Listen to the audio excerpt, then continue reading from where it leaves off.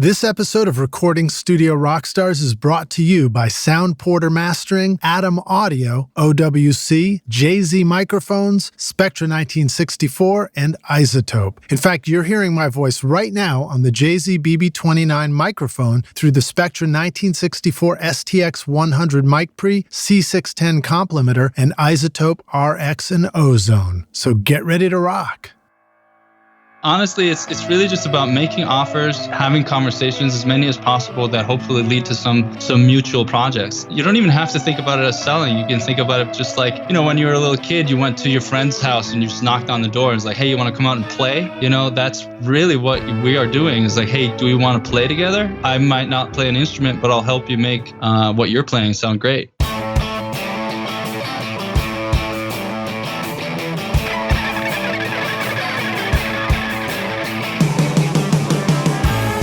Welcome to Recording Studio Rockstars. I'm Lid Shaw, and this is the podcast created to help you become a rock star of the recording studio.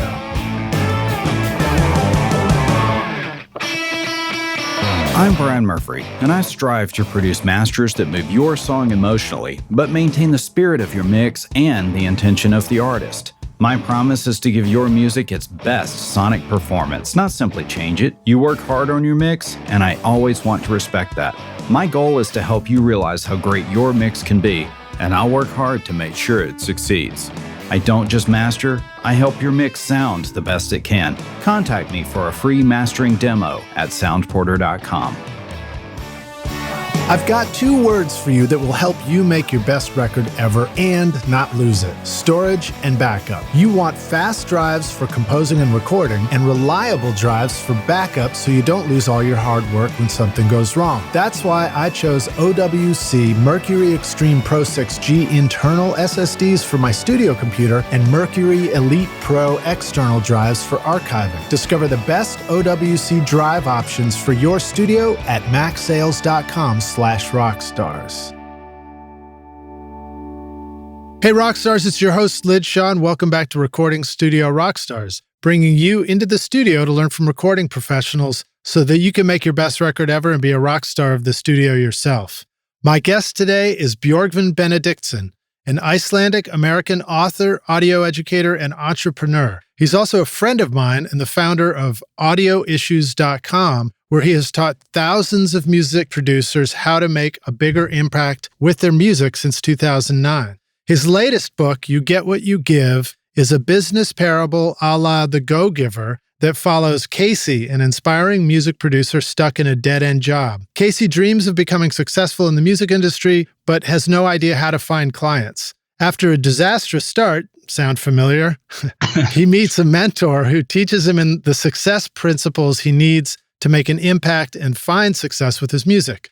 Björgvin is the author of 7 other books in the music industry: Step-by-Step Mixing, Get More Gigs, and Better Mixes in Less Time. And he's written over 1,000 articles on music production, and his advice has been featured in publications such as MusicTech magazine, the Huffington Post, CD Baby's DIY Musicians blog, Audiotuts, and the SAE Institute. Today we're going to talk about his new book, dig into some of the topics surrounding the business side of running a recording studio, whether it's a pro or home studio, or recording and releasing your own music.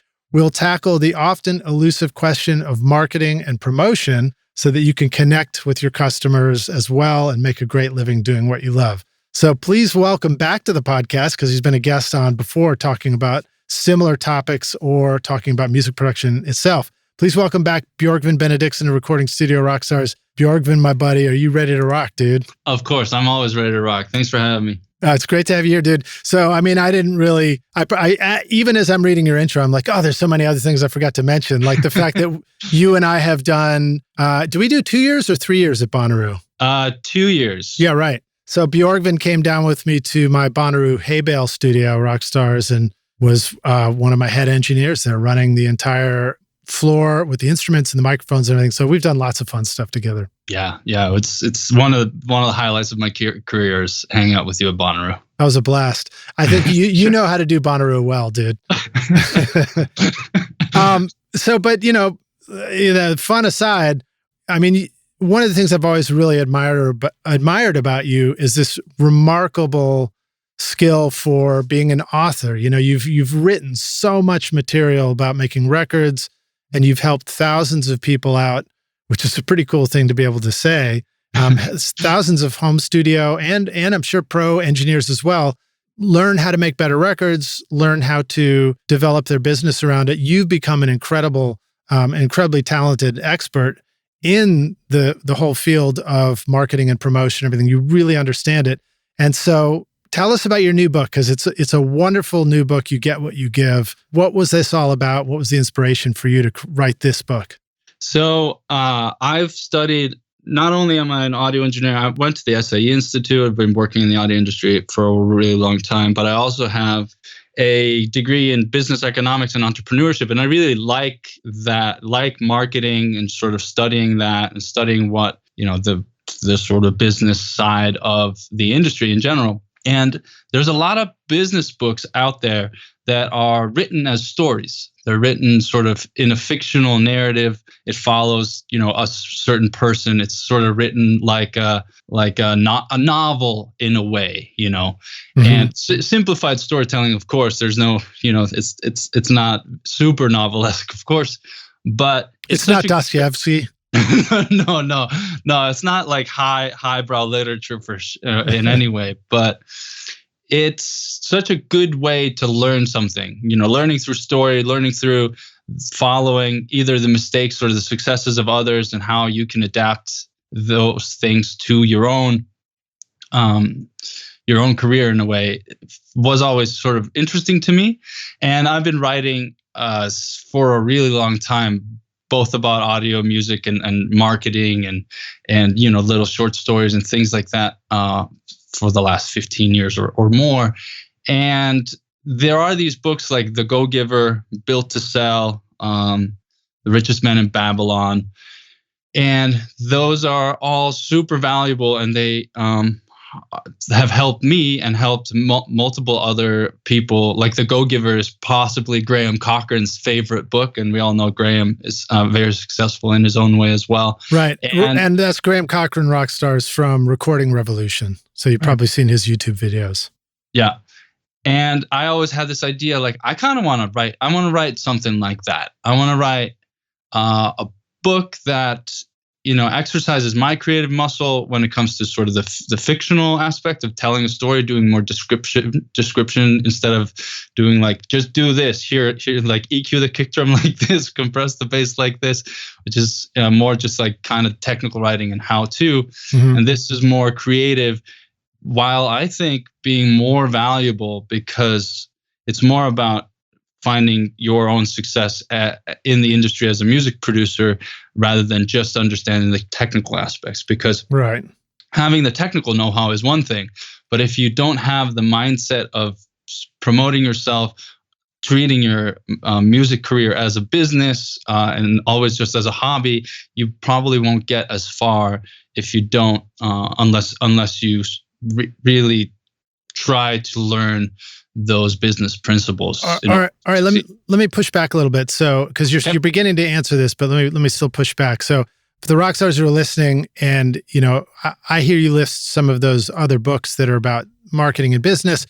Me myself, I find that stuff fascinating. So I really love reading that. But somebody else who's like, dude, like I'm here to learn how to make a better sounding record. Like, why should I give a shit about that stuff? Just the pushback question, of course, which I'm sure you've heard before, is why should somebody who just wants to be able to make a killer sounding record give a shit about, a book that may be teaching you something about how to promote and market? Well, if you want to earn a living in the industry, you have to having the technical skills is one thing, but having the business understanding of how to get clients, how to actually get more people into your studio so that you can use the technical know-how and sort of grow your career with more credits, more accolades under your belt. You sort of need to know that side of the story too. Right. So if I want to work with other people making records, and that's the path to learning how to make a great sounding record, somehow or other, I've got to actually get somebody else into my studio to work with me, right? Right. I mean, if it's just a hobby and you're just making music on your own with no intention of releasing it or promoting it or showing it to anybody, then maybe this is not the book for you, or it might be a fun read, but you might not apply anything. But this is really about sort of the principles that I've learned throughout the years that have really helped me grow my own career and grow my own business. Yeah. So there's a practice that's part of a creative development called morning pages or object writing. You know, that's another one that I've heard people talk about. And those are things where maybe you create something for 10 minutes and you literally either throw it away or you maybe never look at it again. You know, and I once had a therapist say that to me. It was like, if you never could read that writing again, what would you think? And I was like, oh, geez, I don't know. I guess I just let it go. So if Rockstars, if you want to make music and that's all it means to you, then sure, let it go. You don't have to worry about connecting with anybody. But if you really do want to make music that gets heard by people and listened to and moves forward with intent, then marketing and promotion is part of that. Well, I see this a lot in my own students when I'm teaching them, you know, how to mix better, how to produce better music.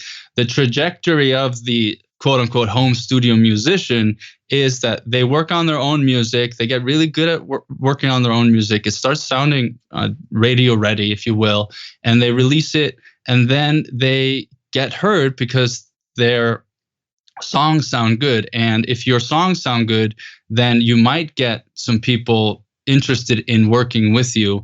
And at that point, once you're transitioning from sort of this hobbyist into a professional, there are a few things that you might want to keep in mind. Right. Okay. So now maybe we'll get back to the topic of the book here and some of the story arc a little bit.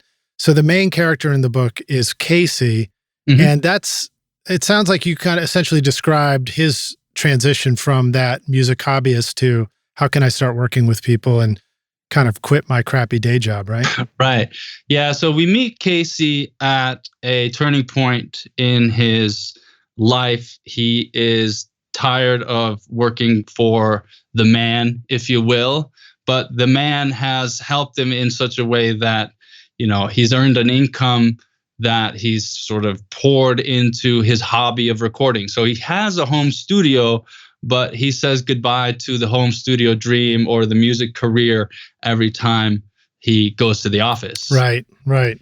And I can imagine some people feel that way listening to this.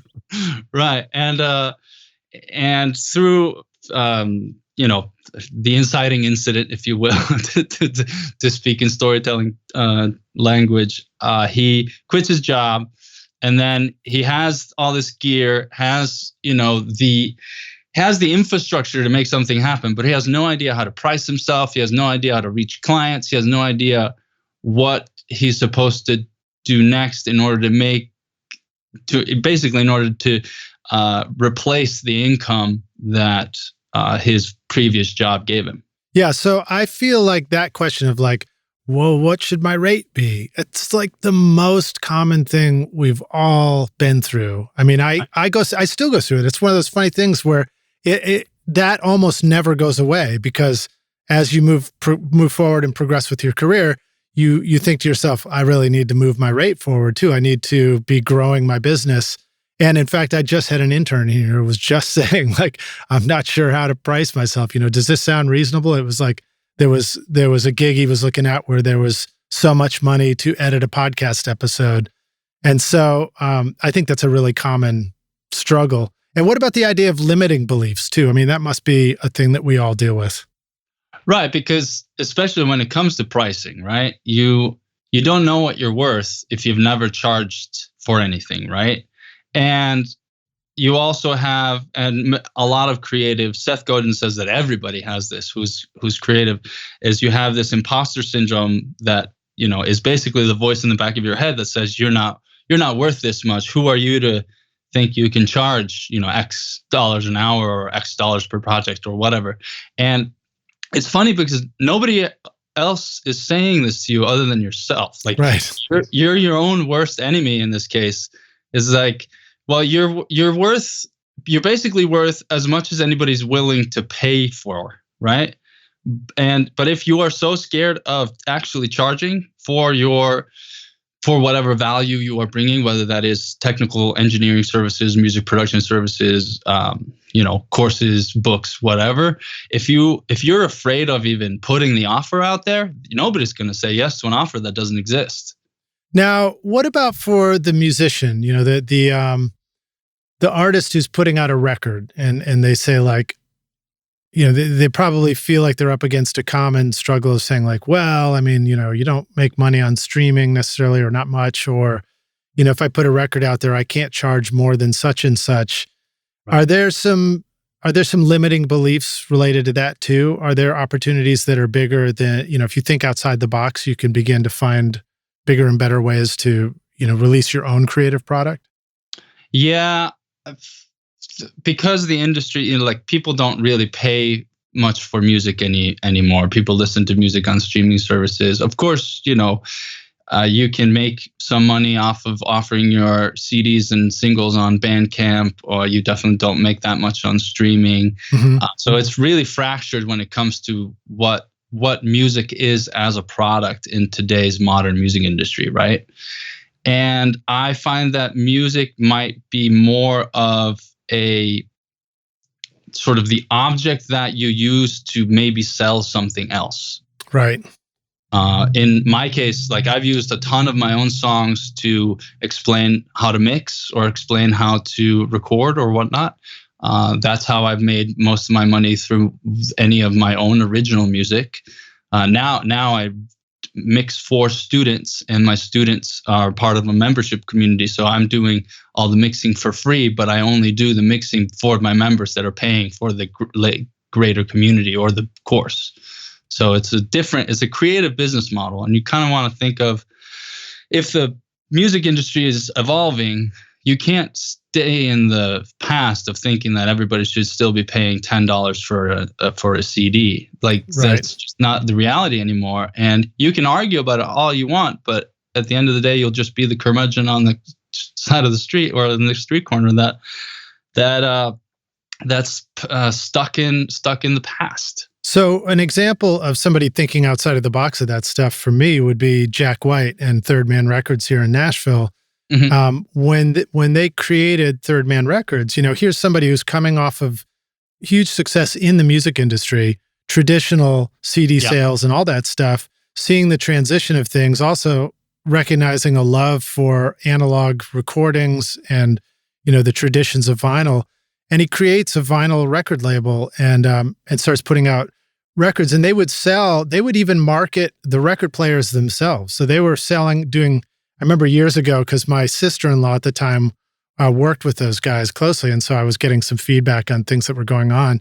But they would like launch a Christmas package that you could buy a record player that had all the special colors on it and stuff, and vinyl record subscription services and things like that. So really, like you say, just thinking outside the box and looking for alternate ways to offer something that's valuable. And they even created their own club for putting shows on. Right. Yeah, so like that goes into one of the sort of success principles or success strategies I talk about in the book is this concept of diversifying your income streams. And because if you're putting all of your eggs in the basket of selling CDs, that's not going to go very far. But if you maybe make a trickle of income through CD sale or album sale, online download sales or whatnot. Vinyl is more of a collector's item. I can't remember. I read somewhere that vinyl is bought a lot, but it's not necessarily played. Right. It's more of a collector's item because it's kind of a beautiful piece of packaging in a way. And that's a second product in your income or product suite. Then maybe you have songs that you make that you solely send to sync licensing libraries or try to get placement in films and things like that. Then you might have a website where you sell production services, whatever that means, whether that's something from tuning vocals and editing drums to producing an entire song from start to finish. So it becomes, you kind of have to be a multifaceted producer, or I guess a producer is a good way of putting it. A multifaceted artist and a businessman in particular. You see a lot of artists that once they've found success, they become they start creating products like, like Jennifer Lopez making perfume or things of that nature, where you become sort of more an entrepreneur and a business person than just this narrow artist persona. Well, you know what that is? That's really sort of capitalizing on a brand. And I think that when we begin with the thought of making music, you're not thinking that far down the road about the idea of you're really building a brand. But, if you are a studio, if you're an individual songwriter, or if you're a band and you build an audience around any of those things, you begin to build a brand that might be attributed to other products, like you're saying. Do you want to know how I get a consistent sound quality mixing hundreds of episodes of Recording Studio Rockstars? Well, I've been cheating all along by using iZotope RX and Ozone on every single episode. Right now, you are hearing RX declick, declip, DS, deplosive, voice denoise, Ozone multiband compression, EQ, and limiting on my voice. If you want great consistent mixes too, go to iZotope.com/rockstars and use the code ROCK10 to get an additional 10% off. The secret to great sounding bass in your mix is to start with a great recording. If you've got an awesome part, player, and instrument, then all you need next is to plug that into the BBDI passive direct box from Spectra 1964 through the C610 complementer, and you've got an incredible bass tone that goes all the way down. The BBDI is the best sounding bass DI I have ever used. It'll move your pant leg. No height, no color, just pure tone at Spectra1964.com. I was thinking about ways that, and I know there's a lot of topics here. There's sort of like the artist making their own music. How do you get it out there? There's the studio trying to operate to help other people make their music. How do you get that out there? Those two things can live hand in hand and go side by side. And again, that version sort of is up to the individual, I think. But I was thinking about Prince, and apologies for not remembering which album it was, but going back about 10 years, they launched as a #1 record because he did a tour, and when you bought a ticket for this tour, and it was filling huge arenas, you automatically got a copy of the record. So It just like shot it right up to #1. And I'm thinking about like the simplest ways for artists to put their product out there too, where it's like you buy my vinyl or my CD or even just a download of it, and the bonus offer is like, I'll sing you happy birthday personally, give me a family member and I'll send you a happy birthday song. How easy would it be for somebody to do that? I'm sure you could sing happy birthday 1,000 times. You know what I mean? Right. Sure. I mean, I haven't tried it yet, but I'm sure it's doable. Yeah, it just takes time. So a lot of it goes down to one of the parts of the book is talking about what problems are you trying to solve when you're a business. When you're an artist, you're trying to sort of get your music out there and be creative in your own right, because it's self-fulfilling in a way. You feel great that you make a song, even though you're kind of pouring your heart out. And it's like really, really terrifying to actually release music that you poured your heart and soul into. Yeah. But from a business standpoint, a businesses only really thrive if they solve problems. So like if you are an artist that wants to think of themselves as a quote unquote musicpreneur, if you will, then what can you solve for your potential customers? Like what skills have you developed that you're really good at? What do people come to you for advice on? And what would you do in your free time that other people don't know how to do and would pay for? It's a good question to answer yourself. And what comes easy for you that other people find difficult? Like what challenges have you overcome that people find valuable to know how to do? So those are sort of the main questions that are good to sort of anchor yourself to if you do a brainstorming session, to come up with as many different ideas for how you can branch out of your sort of narrow music creator mindset in a way and sort of start thinking like a musicpreneur. Okay. Let me interject something here, because the stuff that you're talking about, these are all killer questions. And I believe you have these included in worksheets that are available to the Rockstars, right? Yeah, so I did a series of 5 worksheets that all sort of touch upon the principles in the book, and they're all for free that you can get at yougetwhatyougivebook.com. So there's the problem solving worksheet, which is basically just a series of questions that I just said. I have the problem solving worksheet, I have the habit strategy, I have the success sort of checklist, which is basically based on our Happy Crappy and Blammo mastermind group questions. What worked? What did I get done? What am I proud of? What didn't get done? What's the top priority for next week? Things like that. Maybe we should give a shit. Can you give an explainer to what that is for the rock stars? What, Blammo? Yeah.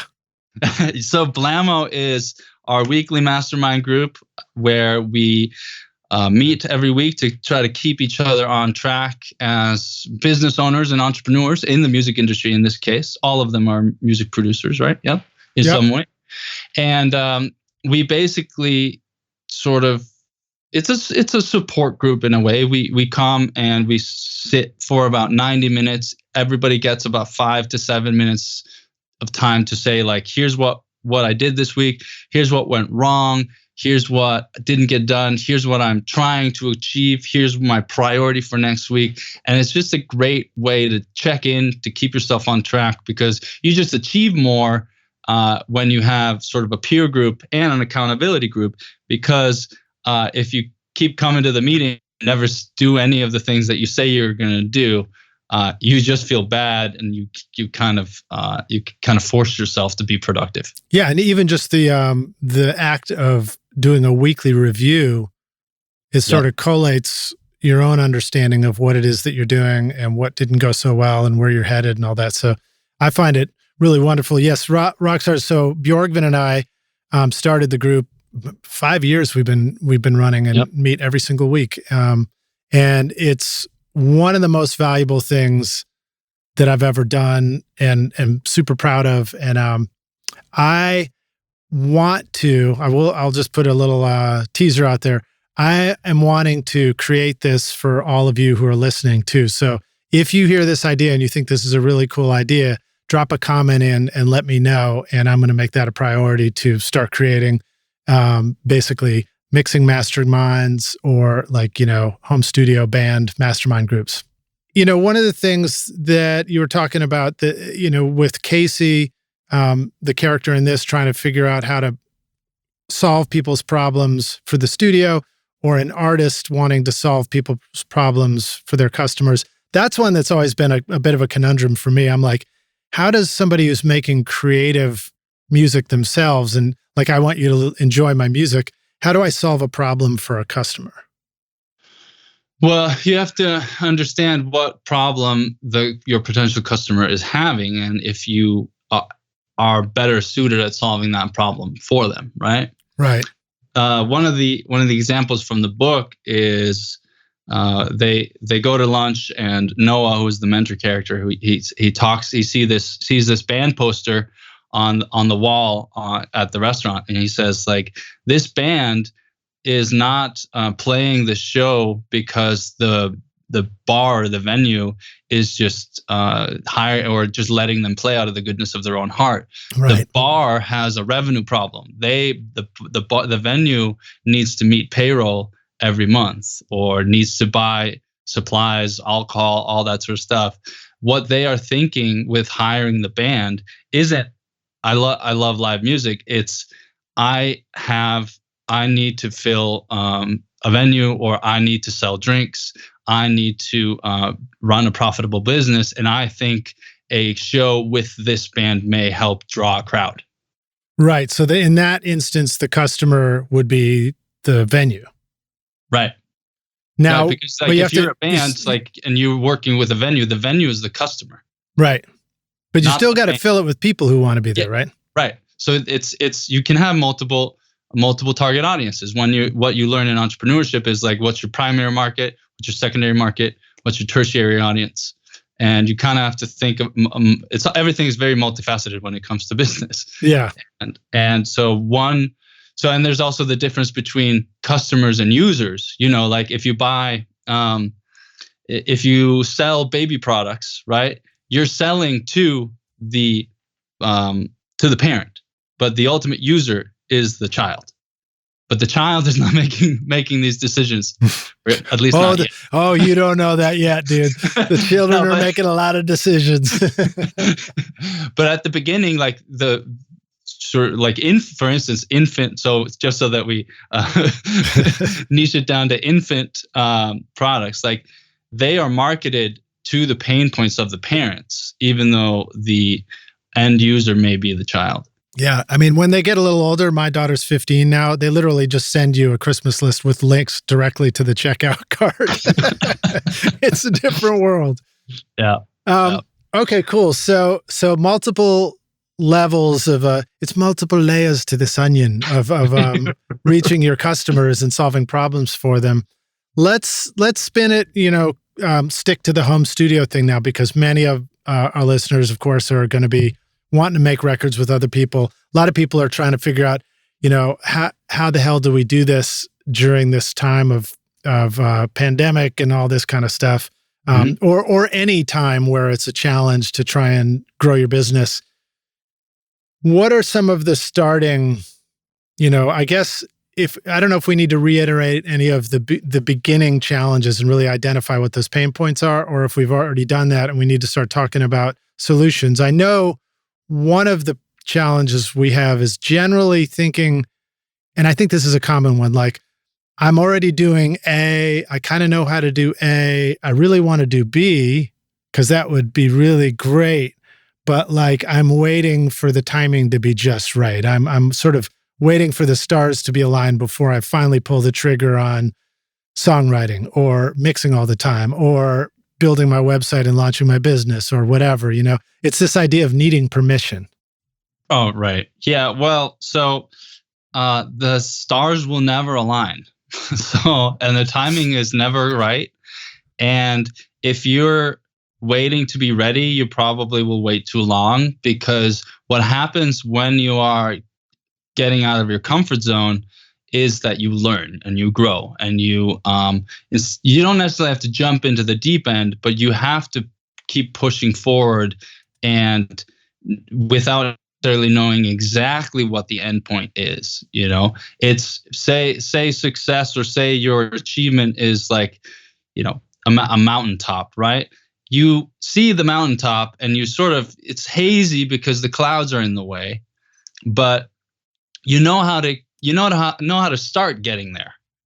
You walk to the base of the mountain, and then you find a place to start getting up, and then that might be a dead end, and then you have to double back and figure out a different way to go up, and then slowly but surely, if you keep at it, you might reach the top. Well, there was another analogy, which I'm going to butcher here, but it was I remember reading it once. Is this idea of like, if you needed to drive from from coast to coast across the country, and I think the analogy was that like, you could only drive at night or something like that. You would start at one end, and all you can ever see in front of you is as far as your headlights will shine. So that's as far as you can actually see. But that if you just simply keep driving and only look that far ahead, eventually you're going to have crossed the entire country. Let's call it walking with a flashlight. It'll take longer, and you got to be Forrest Gump to do it. But you get the idea, right? Yeah, exactly. But it does.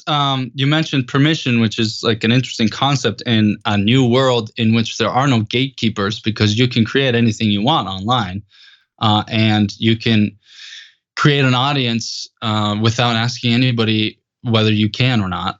And I think that going at it and thinking that you want to try something out, and just sort of, even if you don't have all the right answers or all the puzzle pieces, you should be able to start. Like, if you look at Audio Issues, it's 10 years as a website. I mean, it's gone through some pretty big iterations in the last 10 years. It used to look very, very ugly. I didn't start because I thought I was ready. I didn't start when it was perfect. I didn't start because I knew all the answers. I was honestly just writing down what I was learning and hoping that it might help some other people, because it was helping me. And if I know this and I didn't know it yesterday, there's probably somewhere out there that doesn't know it today, but I can maybe help them know it tomorrow. Yeah, see, that's such a key thing. And in fact, I was just talking with my intern, Corey, about this, is that reminder that you don't have to be the ultimate guru expert to begin teaching somebody else something. Right. And, your story of, and my intern's story, Corey's story, of just getting out of school, you now know something that you didn't know even a year ago or 2 years ago. And that's already advanced enough to be able to help somebody. That's literally all it takes, is somebody just needs help with something. And if you can help them with the knowledge you've got, then you've got enough of an angle or whatever to be able to create a business out of it. Right. And it goes into this concept of being of service and having people that you can serve and help.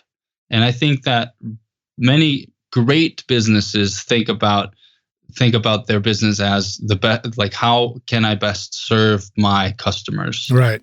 Because if you put your customers first and their problems first, and that guides you in what you create to help them, that is more likely to succeed than you trying to come up with solutions to problems you don't know whether exist or not. Sometimes you just need a mic that will stand out in a mix. That's when you need the new BB29 Signature Series from JZ Microphones. The unique single diaphragm golden drop capsule gives the BB29 airy highs and smooth mid-range to help your tracks stand at the front of your mix. JZ's handcrafted, fully discreet microphones come with a 5-year warranty and free shipping to the US. You're hearing my voice on the BB29 right now. Use the limited time coupon ROCKSTARS to get 50% off the BB29 at jzmic.com. Well, let's spin this back to the story in the book for just a sec. So Casey goes to, and I'm not going to do spoilers, so no spoiler alerts here, rock stars.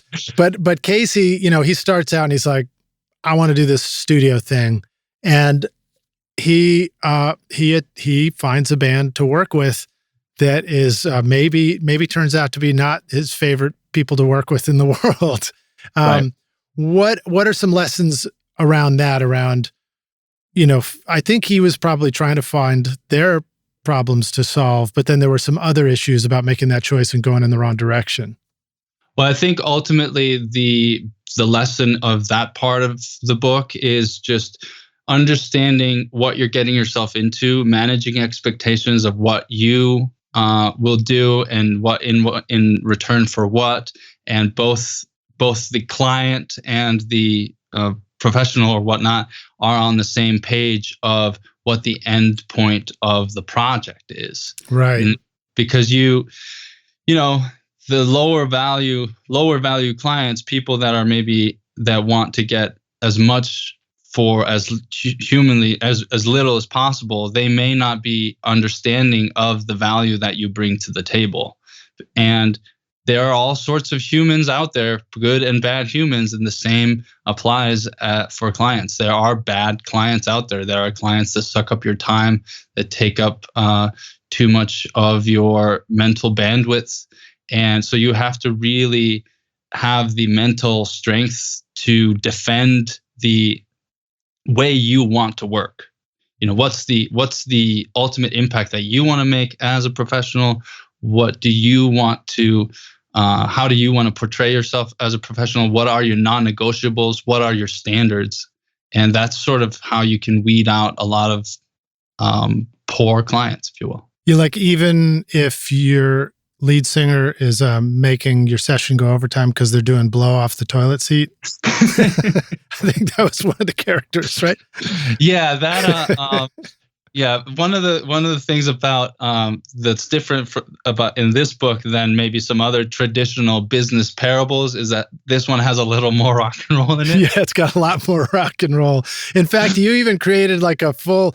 One of the things that you do in the book that's pretty fun is you really ran with the idea of referencing other songs, and you put together a playlist as well, a Spotify playlist. Tell us about that, and were there any of your favorites? Were there any favorite song moments you had when writing the book? Yeah, so because I follow a lot of my own advice in the book, even though I'm not as perfect as the mentor is in any means. But I have a routine, and one of my routines is running, and I run 5 to 8K multiple times a week, and I tend to listen to music more so than anything else. And there is this scene in the story where he plays his quote unquote win list, which is like a collection of songs that are pepping him up in a way, like encouraging him because he's like at a low moment. And that playlist is kind of real because I have a really, really long giant playlist that I almost kind of use as a journal at this point, because I can go back to that playlist and like, why did I add this song? Oh yeah, it was because of this, and that. And a lot of the songs in the book come out of that playlist, but also just from me remembering certain songs that are playing in, at restaurants or things like that. Or I feel like there is an underlying message in that song that fits. So you can probably read a lot into some of the songs that are being played in the book, and that's why I put the playlist together, because it might be fun to read the book and listen to the playlist at the same time, because they're also supposed to convey an emotion. Like there's this song Ticks and Leeches by Tool off of their Lateralis album. That's how you pronounce it, Lateralis? I'm not sure. In Icelandic, it's Lateralis. Is that one of the records that Sylvia Massey produced? No, that's Undertow. I'm not entirely sure about the producer behind that one. But anyway, the Ticks and Leeches are a really aggressive, sort of angry song. And ever since I was in high school, that's been the song where like if I'm angry or if I'm pissed off, like I'll listen to that song. And so a lot of the music references are supposed to convey the emotion that the characters are feeling in that moment. Dig it. And so I will say that Rockstars, we did put a playlist together in the show notes, so you can click through and you can go listen to that entire music playlist. And I will request right now as a call to action, drop a comment in and let us know what win song would you choose? What would be a number one win song for you if you were going to, add something to your own playlist? Yeah, definitely. And then I'll also help paint a picture too. So Rockstars, Björgvin is Icelandic. He's taller than I am. And so you're essentially describing a pissed off Viking. So that's something you want to stay away from right there. You need to comment, bring it back down with music, right? Yeah, the only person who can calm me down is Danny Carey, it seems like.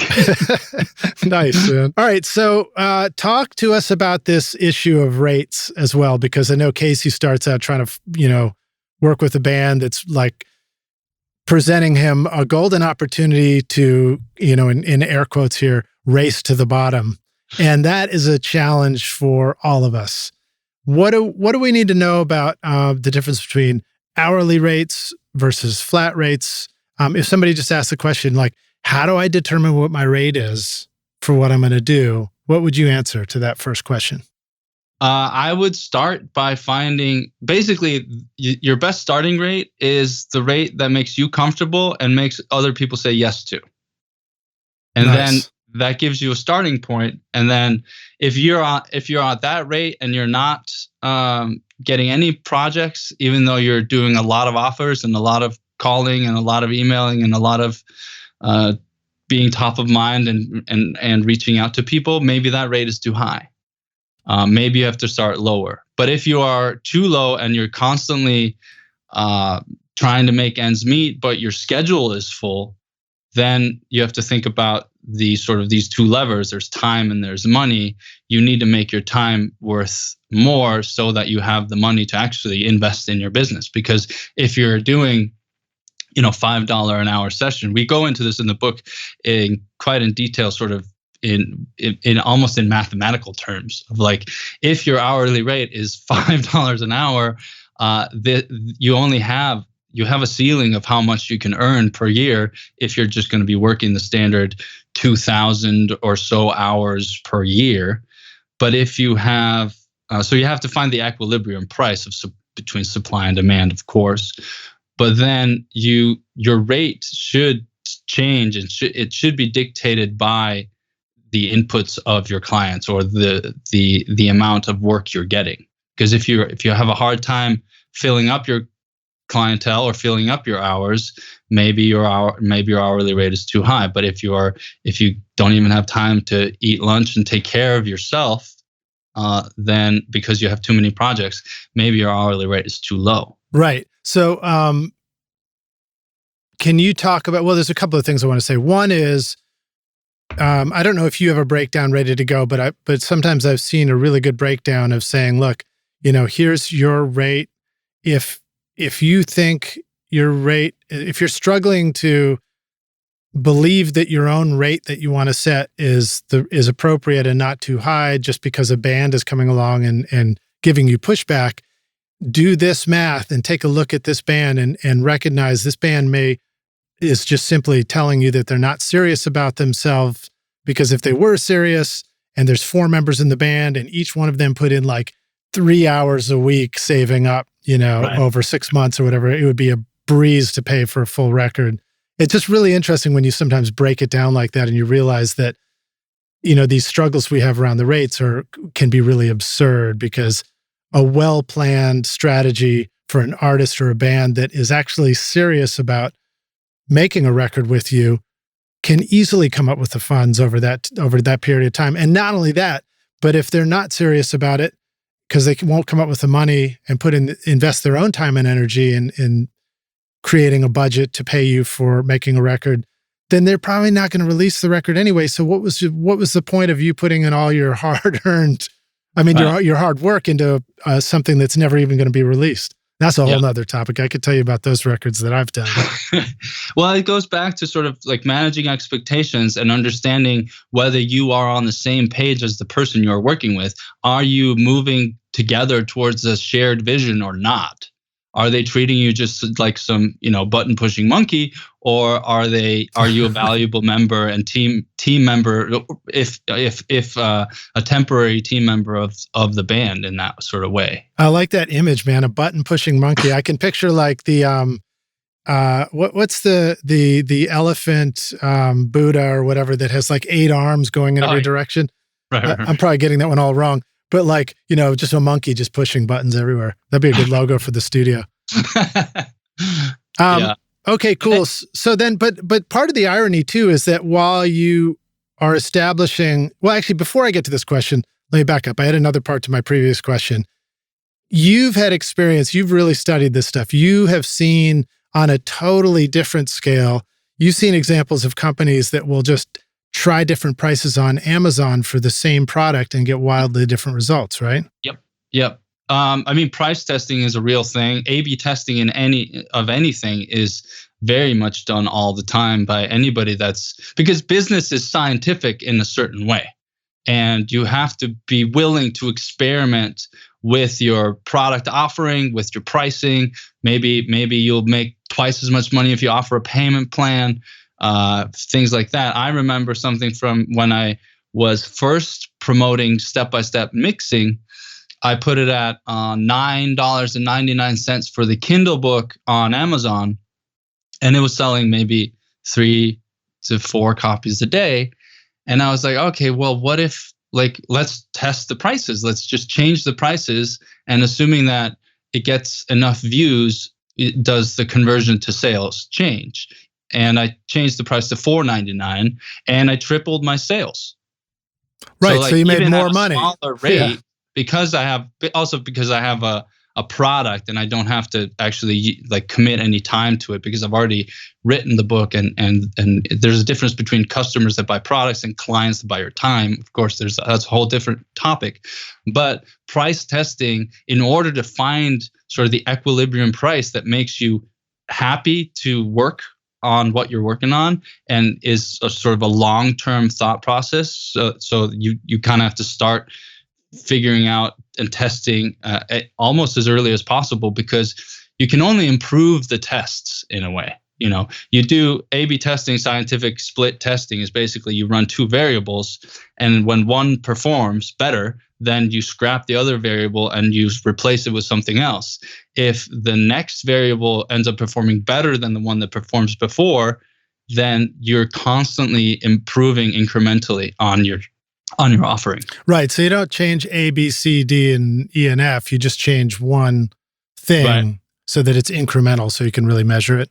Yeah, because it kind of has to be scientific. Right. Okay. And then, I know in a world of websites and Amazon and things like that, that stuff can sound like it makes sense and it's really intriguing. But when you spin that back to the guy with the home studio or the girl with the home studio, and it's like, where in the world am I A/B testing? Have you found some good examples of that yourself, or do you have thoughts about it? Well, so yeah, A/B test. Obviously, you need to have enough information coming in for the test to make sense. So yeah, if you have a website that nobody's looking at, you can change the headlines on the website as much as you want, but nothing's going to change because you're going to have to wait a year for statistical analysis. Yeah. Results. What's it called? Statistical probability. Yeah, whatever. Anyway, and so you could change depending on how many conversations you're having, which is basically how much outreach are you doing, how many people are you contacting. I don't know. It's hard to make that super scientific, but you can change like what you're offering and what your value proposition is to everybody else that you are pitching to. Yeah, and I think that when people are thinking about running a studio and they're thinking about one-on-one conversations with clients, I think that we probably do A/B testing all the time without even realizing. We're talking to somebody, they're telling us what their budget is, we're saying what our rates are, we're looking at their thing, we're deciding internally, do I want to work on this anyway or not? How do I want to do it? And we make those decisions. And, you can find yourself sometimes doing a rate with one person and slightly adjusting it for somebody else. And sometimes you get worried about the, what if they're not the same, or what if so-and-so talks to so-and-so? But I find in my experience that stuff is like that internal imposter syndrome dialogue mostly. Right. You're basically, you're getting in your own way. Yeah. You're projecting your own internal worries onto, a theoretical world of your clients all talking to each other, and they're not. They're busy doing their own thing. Right. Like how many times have you sat in a seat in an airplane and struck up a conversation with the person next to you, asking them how much they paid for their plane ticket? Right. Like never. Exactly. Right. And it's also, when you think about pricing, it depends on the project and should always depend on the project, because how many times have you overcharged for a project because you didn't actually want it? And so you wanted them to go somewhere else, but you felt like you needed to at least give them a bid. And how many times have you been so excited to work with someone that you do it under your normal rate? A gold bar should be kept safe in a vault because it's valuable, but it could be replaced if it was ever lost. One of your songs or recordings, on the other hand, is worth more than gold because it's one of a kind. It's you, and if it was ever lost, it could never be replaced. So wouldn't you feel better knowing your music was safe? This is why I like to have a dedicated system drive, audio work drive, virtual instrument storage drive, cloud storage, and an extra large backup drive in my studio computer. And when I'm finished with the project, I move it onto a dedicated pair of external drives for archiving. Thanks to OWC, I can count on my drives being super fast, reliable, and secure so that I can work quickly and sleep soundly at night knowing my music is safe. I want your music to be safe too. Discover the best options for storage and backup for your studio from OWC at macsales.com/rockstars.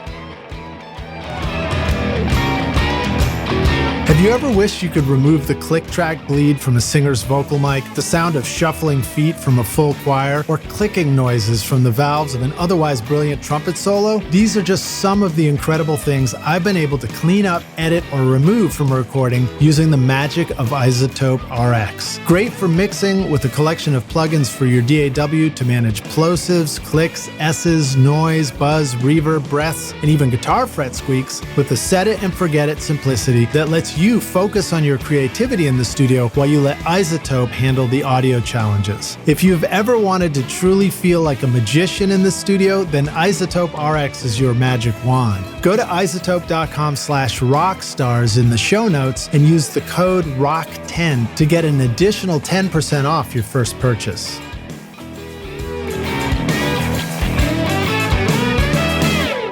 Hey, Rockstars, we're back now for the jam session. My guest today is Björgvin Benediktsson, here to talk about his new book, You Get What You Give, a home studio engineer's path to success, the story of a home studio engineer's path to success. Actually, that's not the actual tagline from the book. You have a great tagline for the book. That's just, for me, that's a great description of what this book is about relative to our interview here on Recording Studio Rockstars. Yeah, absolutely. I mean, it's called The Simple Story for Finding Success in the Music Business. Nice. Better alliteration. So I want to continue on this topic of setting your rates. So, you pointed out that finding the price or price adjusting or price discovery. I love these marketing terms like that. But price discovery is an important part of doing what you do. And ultimately, the goal would be to move toward the upside because we're not trying to do a race to the bottom. However, ironically, I think part of the advice from the mentor in the book to Casey is to go the polar opposite direction and embrace the idea of working for free. That can be a touchy subject around the engineering world and the studio producers and studios. Give us more insight into that. Why does that sometimes exist? Yeah, why does that sometimes work? Yeah, so obviously, just to start off, if you make a career out of working for free, you're going to piss off a lot of people, and that's not really a career unless you're getting money from somewhere else. That's a great hobby. Yeah, hobby to have. But if you're in the business to make money and make a living, then this. But at the start, you may not actually have anything for people to believe that you can do what you do, right? So how do you get bands to say yes if you don't have any bands on your portfolio or anything like that? So that's sort of gives you a hard time to say that to charge an hourly rate or charge a rate if nobody believes or you don't have the credibility to back up your rate. So the easiest way to maybe get started, and this is what I've done, this is universal in a lot of ways. Like, I started writing for free on blogs. Interns traditionally work for free, at least a little bit of it, and then or they get either perks or minimum wage or whatnot, and then move in, that gives them connections to move up in some way. But working for free as sort of an independent freelancer can give you a good starting point if you have a conversation where you manage expectations, because you don't want to work for free and get taken advantage of. You want to work for free thinking as if you are charging for it, but you're just giving a courtesy discount of 100% at the end. Right. So you act as a consummate professional the entire time, which means, you list out, you could have a contract if you wanted to go that route, or a handshake deal is obviously fine in general to begin with, but you want to list out exactly the expectations you have. Say if you're doing a mix for free, then you want to make sure that you outline exactly what they'll get, how many revisions they get, how much are you going to spend on something up to a certain point, and everybody in the transaction has to agree on that, so that you sort of you still have a business mentality to the free work, because there's going to be a specific point at which you have enough maybe sessions or things in your portfolio, at which point you can start charging for your work. Right. So you're not suggesting that somebody would go work for free on something that just simply has no value for them, but there would be a reason. I mean, you would find an alternative value in that particular project for yourself if you're gonna do that as a donation, or I don't know if maybe there's a better term than working for free. I feel like it's like a self-investment or something like that. Right. I mean, like you're adding value, and you're maybe getting value in a different way than just into your bank account. When you're starting out, you're just getting your foot in the door, or you just need a few sessions so that you can showcase your work.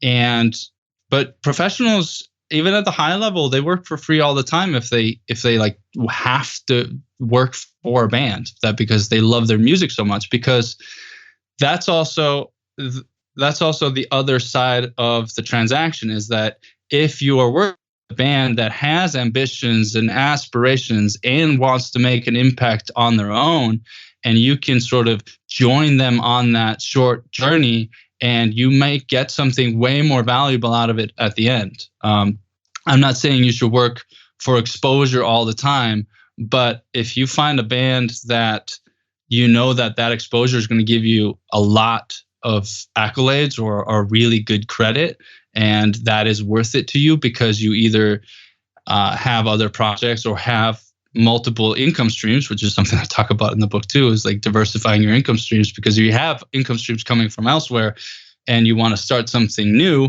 you can actually work for free to get started because you're being covered somewhere else. So that's kind of how I would describe the beginning of my career. There was I had already been doing some sessions in studios, and I had brought a band into a studio, but the band, didn't have money, and they came in the first time, but then when they wanted to come back, for me to stick to a typical rate, it was going to be too much of a barrier for the band to really continue coming down to work with me. And they were coming from St. Louis, and I was down in Nashville. And what happened was they actually got to a point where they had an opportunity to get some access to free studio time up at Smart Studios in Madison, Wisconsin, Butch Fig's studio. And then they turned to me and they said, we want you to record with us. And I had started a conversation with them where I said, I really want to do more production. I want to get more invested in this. I don't want to just be like you said, a monkey pushing buttons. And so I had that initial conversation with them. And I just said, well, why don't we do this? Why don't we let's set a rate. And every day that I go work with you guys, it'll be this much. And I think at that point it was like $200 or something. Yeah. And as long as you guys can fly me up to Chicago, and then we get in the car and drive to the studio. And so we just sort of made this simple arrangement so that all they had to do was just come up with a cheap Southwest ticket for me. Right. And back then, this was the time when, if you bought 4, you got a free ticket. It was a pretty sweet deal. Right. And we did that for a while. And then after about a year of doing that, a number of different times I had accumulated, we'd made the demos, and these guys were serious, and they got a label offer on Hollywood Records, and they got signed. And so then they honored the other end of the deal, and I got paid in the beginning, and then they brought me in to do the record. And then that started a 10-year journey for me, which had some great moments and some bumps in the road too.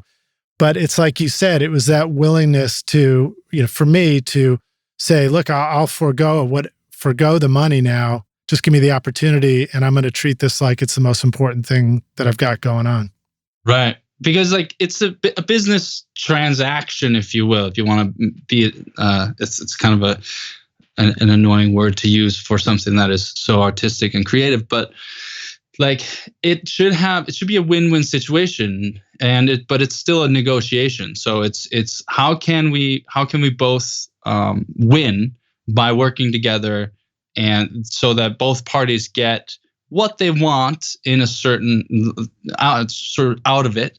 Without but if somebody has a limitation, in this case, maybe money, is there something else that they can give in return? Yeah, exactly. All right. So I think that helps clarify this idea of setting rates. Again, rockstars, figure out what you're comfortable with and find that sweet spot for what your client is comfortable with. Be willing to experiment with the price and be willing to go all the way to the other end and say, I'm not going to charge you anything right now. How can we make this work? But treating it completely as a consummate professional, like you said, and being very clear. Clarity is key. I got to say that in a certain way, the world of email has really improved that, because it means it gives you an opportunity to write an email to somebody where you clearly delineate what you're agreeing on. And it's not exactly a contract. It's not the same thing. You don't necessarily need contracts. I think we did create one. It's enough to have it just in writing. Yeah, I think when I started what I described working with this band, I think I did turn to my lawyer and get some simple contract written. But again, just having something written down, I sort of have learned that if you can't trust the people you're working with, what's the point? Right. Contracts are great, but it's one of the reasons why in the teaching space, myself, yourself, when you teach digital courses about how to make records, for example, you always offer something. Look, if this isn't right for you and you need a refund, no questions asked, just ask for it. Yeah, it's a lot easier than worrying about all this other nonsense with contracts and lawyers. Right, that's just about and that just goes to sort of sales in general, and how everybody's kind of has to learn how to sell. Even though that sounds like a dirty word to artists. But what you are doing is like, if you want people to buy your music, you have to sell your music somehow. If you want people to buy your talents, you have to sell them somehow. You know? Well, there's, it literally is the name of a Who record, Sellout, right? Wasn't it? Am I remembering that right? Well, it's just the idea of selling out. That's a term that we grew up on. And so I'm gonna flip it in a hippie way now. And now we're going to talk about selling in, rock stars. From now on here, we're selling in. No, but it's great. And I think that when you begin to get curious about the idea of selling your services, which again, you won't give a shit about this until you do. And when you do, you'll realize that you give a shit about it a lot. So when you're ready, rock stars, to say what you do, the records you make in the studio you've got, your ability to mix or record or play guitar or whatever is really, you think it's good, then, and you have to ignore your inner critic if your inner critic is trying to tell you that it's also not so good. Right. But if you got that gut feeling, if you ever listen to your own music and you get excited, that's all the answer you need. That means it is good. You're right. You're excited. It is exciting. You just need to find the people that your excitement is a helpful solution for their problem. And I think I just lost my train of thought, actually. So maybe I'll just spin it back to you right there. I was too engaged. I had a really good story going there. Maybe it'll come back to me. I don't remember exactly where it was headed.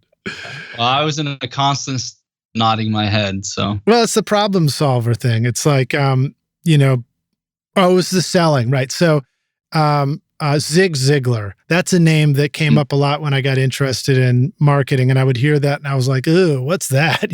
Who's that guy? That sounds weird." And I got one of his books and I was blown away. It was an Amazon or an Audible book, and he was reading his own. Oh man, he's such a powerful speaker. So exciting. It gets you all excited. But the cool thing is it gets you really pumped up about this idea of trying to help the people that you're trying to help. So people you want to work with and make music with, make records with, run your studio with, you get really excited about that idea. And then it really flips the whole mentality on its head. And it gives you like a super boost. If we were doing a video game, racing game, like I do with my daughter, it would be one of those super boost buttons, and you're off and running. Yeah. I mean, honestly, it's really just about making offers and, having conversations, as many as possible, that hopefully lead to some mutual projects. You don't even have to think about it as selling. You can think about it, but just like, when you were a little kid, you went to your friend's house and you just knocked on the door. It's like, hey, you want to come out and play? That's really what we are doing. Is like, hey, do we want to play together? I might not play an instrument, but I'll help you make what you're playing sound great. Yeah, exactly. So it reminds me of a friend of mine, a great producer engineer up in St. Louis, a guy named Adam Long, a really unusual character who's made some really unusual and cool records in his time. And he told me at one point, I was like, "What do you do when you're looking for work and stuff?" And he was like, "Man, I just pick up the phone and I just start calling people." Yep. And I think about that, sort of struck me at the time. And now I look back on it and it's just so no duh. We live in this world of digital disconnectivity. And how simple is it to just have a whole list of phone numbers and you just call people and say hello and chat with them, find out what they're doing with their music, what's the latest with their records, man, I'd love to help you with that. Cool. There's a lot of strategies like that. Do you have some other thoughts on stuff we want to talk about? Are there any of your worksheets that really help people understanding with the selling there? Yeah, I mean, well, just to piggyback on that phone call strategy, but that's basically what email marketing is like. You're just sending an email to your list and saying, hey, do you want to do this? Or like, I got this. Do you want to learn this? Or I'm thinking about creating this. Do you want it? You're just making offers that some stick, some do not. I have plenty of failed products that never went anywhere, but the only way I know that they failed is because they actually failed to make any money or nobody cared about them. So I could move on instead of always wondering whether that would do anything for me. It's hard. It's really pointless to wonder what ifs instead of just doing the thing and then thinking of it as an experiment and then just moving on if it doesn't work, or embracing it if it works and then you iterate and expand and update. That's probably why I've doubled down a lot on like the mixing course, is because when the step-by-step mixing book came out, I'd been writing about mixing and done other ebooks and courses for a while, but that one was so popular that I just kept doubling down on that, kept promoting that, and then I did, updated a course and expanded that. So you have to sort of think of everything as sort of experimental. Yeah, well, so that reminds me of a great quote. I think that's attributed to Lee Iacocca of Chrysler. He said, like, I can give you the secret to success is to double your rate of failure. And I was always like, oh, that's so great. I love that. And that's an Edison, a Thomas Edison, exactly. a known feature of his strategy too, is just invent 999 light bulbs that don't work, and the 1,000th will be the one that works, Yeah. That's a lot of inventing. But let me spin back, if you don't mind. You mentioned the email list, and I think it's good that we differentiate, because there are these different levels of launching your studio, growing it, connecting, having a client list or an audience, however you want to call it. But an email list. So, for example, my email list at this point, while we're doing this interview, is right around 5,000 people. That would be a lot of phone calls for me to make. Right. Yours is multiples of that, and that would even be a lot of.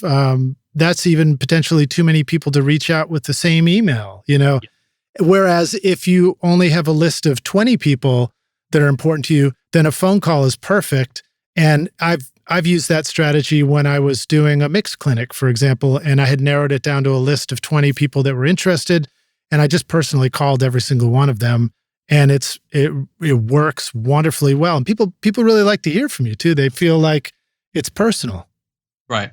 Well, and that's always been my email marketing strategy, is like everything is coming from me. It doesn't come from some no-name corporation entity name. It comes from me. I write conversationally. I share what's going on with my life. I take sort of mundane things and I tie them to topics about mixing and production, because I know that that's what my audience wants to hear more about. And so being personable and just being like, I mean, it's a cliche, but like being yourself and being authentic or whatever, that's super important. However, there's an edge to that where you can be too personal, or too you can talk about you're talking about your own problems, you're talking about your own struggles, and you never really align that with like, why should they care? Because ultimately, when you're in business and you have an audience that's interested in, they're always interested in themselves and their problems. So when you're reaching out to people, you always want to think like, what's in it for them, Yeah. So that reminds me of a thing my mom told me when I was young. She was like, Elijah, because she didn't call me Lidge then. You really need to understand that when you communicate with people, there are me statements or I statements and you statements. It's like that's more about relationship stuff, but it's really beginning to understand the pronoun you put into something you're talking about and how that affects the message and what somebody's hearing. So, for example, if your marketing strategy for your studio is always about, like, I'm doing this, look at me, look what we're doing. I mean, that can be interesting to people because it can be fun or exciting, but it's quite different from here's something that could help you out. Here's something for you. What are your problems? And, one of the topics that you talk about in the book is how to be a problem solver, understanding what people want out of a transaction. And more importantly, like, why are their dreams even important? So maybe we can pivot to that topic and share some insight into that. Yeah, I have two of the worksheets really dovetail nicely into this. Is the customer canvas is something that I've been talking about for a few years now. I've done a lot of presentations for startups and small businesses and things like that. And I developed this what I call the customer canvas, which is just really a way of thinking about your customer and how that customer aligns with your vision for your business and what you are trying to achieve. But that's not wrapping them in like a giant flag or a sail when they arrive at the studio? No, unfortunately not. SAIL rock stars. So obviously we start with thinking like, what problem are you trying to solve for your customer, right?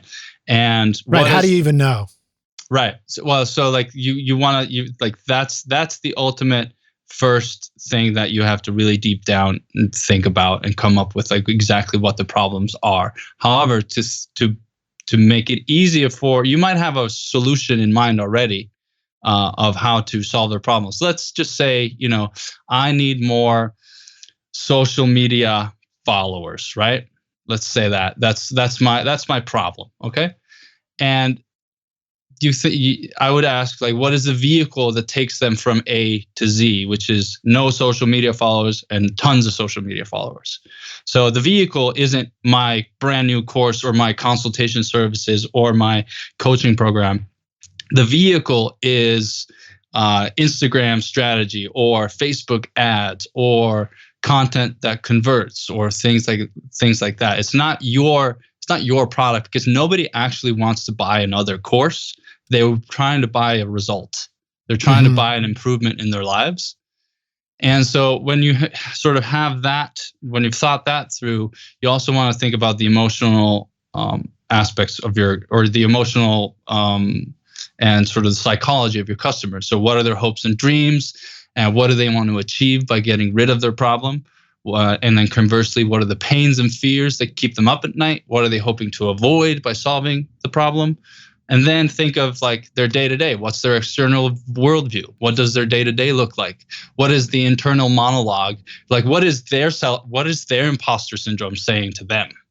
Okay, so let's spin this on a couple of different product directions or career directions. Let's spin it on the artist band putting some music and creative stuff out there, and let's spin it on the studio owner who's trying to create a record that sounds amazing, sounds as exciting as the ones that you loved listening to before you ever had a studio, and try to get that out there. How would you spin some of that back on there? And we can both riff on that if you want.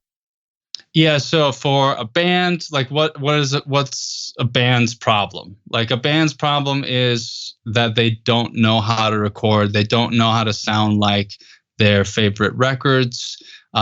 Maybe there's an audio guy in the band, but he's not proficient enough to make or doesn't have the studio gear or the equipment necessary to create that level of production that they have. Yeah, or maybe they're doing like rehearsal room recordings because they probably maybe do have a mic or two and a computer. Right. But so maybe it doesn't sound as good as a record. Right. So like they might be recording in the rehearsal room and not understanding why it doesn't sound like a record, which is kind of funny. But that what the studio would then be solving is the radio, like is the quality. They're solving the quality problem that the band has. Yeah. The lack of knowledge and the quality and the lack of quality problem. And so the vehicle that may take them from a rehearsal demo to a finished record is a studio in a way, right? And a producer or an engineer, or just another person.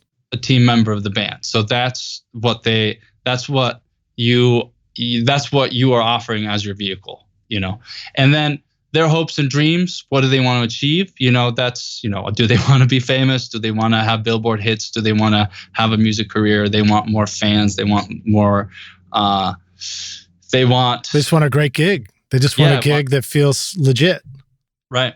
And so what are their pains and fears? They can't, they're too embarrassed by the rehearsal demo, so they can't release anything. And because they can't release anything, they can't really showcase their work except for playing live. And playing live today isn't really available to many people. But so that's sort of the pains and fears part of it. And what are they hoping to avoid by solving their problem? They're hoping to avoid embarrassment. They're hoping to avoid needing to put the guitar on the wall permanently, Mm-hmm. Yeah, and avoidance is probably our greatest motivator of all. Wanting to avoid something that's uncomfortable. Mm-hmm. And that, so to spin that back on the question of rates, it's one of the reasons why having a dialogue with that band that is about, that gets too much into the weeds of what the rates are, could make it too easy for them to just feel like avoiding that problem, as opposed to creating something that sounds like, an offer that sounds like it's exciting, or an offer that helps to solve their real goals and avoidance by helping them achieve, a great sounding recording that gets them in the door somewhere, or that is proud to be shared. And it reminds me, when you talked about that idea of offering something for free.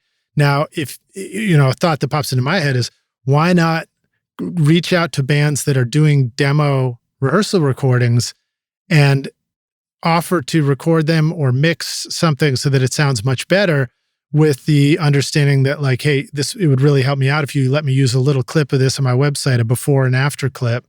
I promise not to embarrass you. We don't have to show your vocals out of tune necessarily, but if we can show that sonically it just sounds a lot better after you guys worked with me, that could be a great way to put something onto a website and have that be part of a demo reel or a show reel. Absolutely. And another thing to think about is when you are trying to get clients, you want to think about what the next step is. What are the clients trying to achieve, with the product that you are creating with them? Mm-hmm.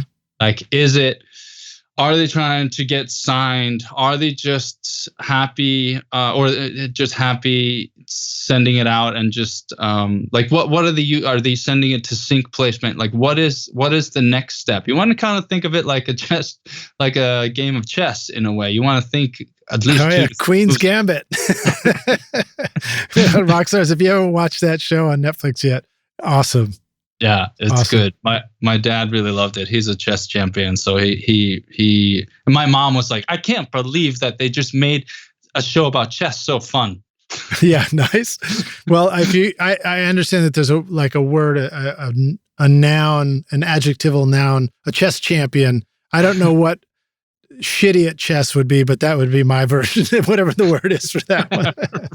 Right.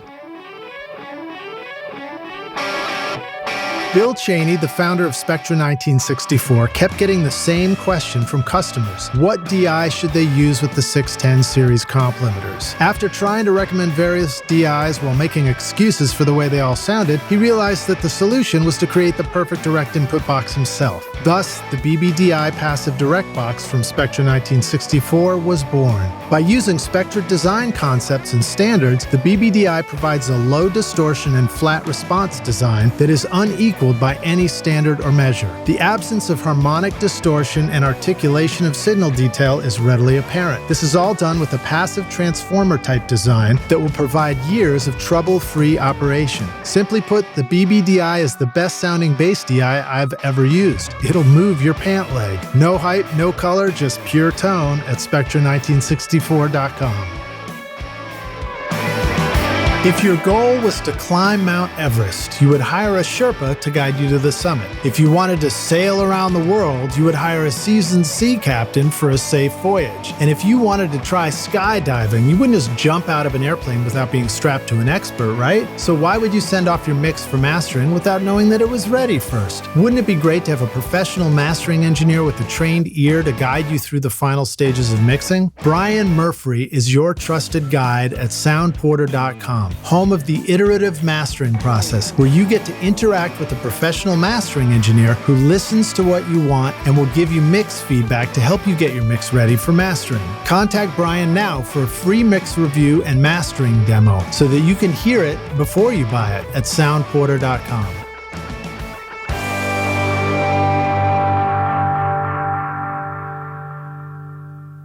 Okay, so you talked about like you need to understand, whether they're what their goals are. So what's the best way to find out what their goals are? Just having a conversation, understanding the other person, asking questions, figuring out, getting them to tell you what it is that they're trying to accomplish and what's standing in their way. Because the more you understand your customer, the better you are at offering something that is valuable to them. And so that will ultimately help you get more yeses to your offers. Okay, so this is a loaded question, but when you have that discussion with your customer, your client, the band, and you're trying to find out, are you using a lot of sentences that might have a question mark at the end of them? What do you mean? That's a terrible setup there. I'm saying when you have conversations with the band, it's learning that skill of asking questions and then like getting out of the way. Yeah, like customer interviewing is like a thing that's taught in entrepreneurship classes, and a lot of it has to, like, the do's and don'ts of customer interviewing is like you have to ask open-ended questions. You have to follow up on any emotions that they show in their answers. Don't ask yes or no questions because that'll give you a yes or no and then you're stuck. Sounds like my therapist, man. She's great at selling. Well, what is a music producer other than a band therapist sometimes? Oh boy, I could tell you stories. I could tell you some stories. But then also, like, don't ask necessarily leading questions, and don't say like, hey, I'm thinking about this. Maybe not super applicable to this particular case, but like, don't tell them like, I'm thinking about creating X, Y, and Z. Do you want it? Because as soon as you change the trajectory of the conversation to whatever it is you're making, they're way more passionate about helping you create your thing, but where all the value that you get from the conversation is actually their answers to their problems and their struggles. You might have to reiterate that because I'm now rewinding on my brain to where I mentioned starting a mastermind groups for recording studio rockstars, and I'm thinking that I just said it exactly the wrong way, or did I say it the right way? Was mine a leading question to the rockstars? Oh, I don't know. Yeah, maybe, but that's also it's a proven business sort of thing to do. Masterminds are powerful. Yeah, no, I know they are, and so maybe the way I should do it is I should say, rockstars, what if you had a mastermind group where you could get together with 4 or 5 people and do something that was super valuable for you? What would that look like? What would you want to solve? Right, and you'd also follow up with like, what are you trying to achieve in a specific timeline? What are your biggest hindrances? What do you feel like? What are you telling yourself that you like? Why haven't you started this? Like, what have you tried? Things like that. Well, I can tell you why I haven't started, or any of us haven't started. It's because we've got this list of things that we got to do first. It's always the same answer, right? Yeah. The to-do list is long. Yeah. So the ultimate studio to-do list for me was always like, man, if I could just hook up the studio in the right way, then I'd start making music. That was always it for me. It was like, man, if I just got this stuff installed, or if I just hung up the guitars on the wall and just so, then I'll finally make music. And it's never the right answer, Right. Okay, so we kind of just spun, being a problem solver on the issue of having the home studio. What about that same question directed towards the artist trying to get their creative work out to an audience of fans? What are some similarities or differences in being a problem solver? We talked about it a little bit at the beginning with the club, the live music event. Yeah. And, the question of like, why are their dreams important? I imagine that a fan base's dreams is a little bit more emotionally based potentially than, a pain point of like, I need to make more money or something like that. Right. Because a customer and a fan are different things. And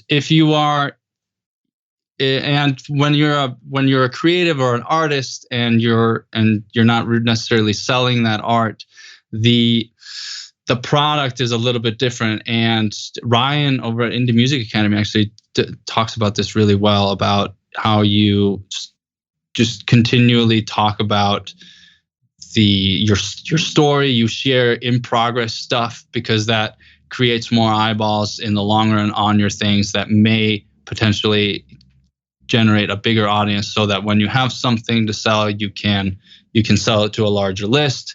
But also, people that are maybe more colleagues than fans might like the stuff that you're putting out in such a way that they gravitate towards your content, because it is actually solving a problem for them, because it's giving them ideas on how to apply it in their own art or in their own creative endeavor.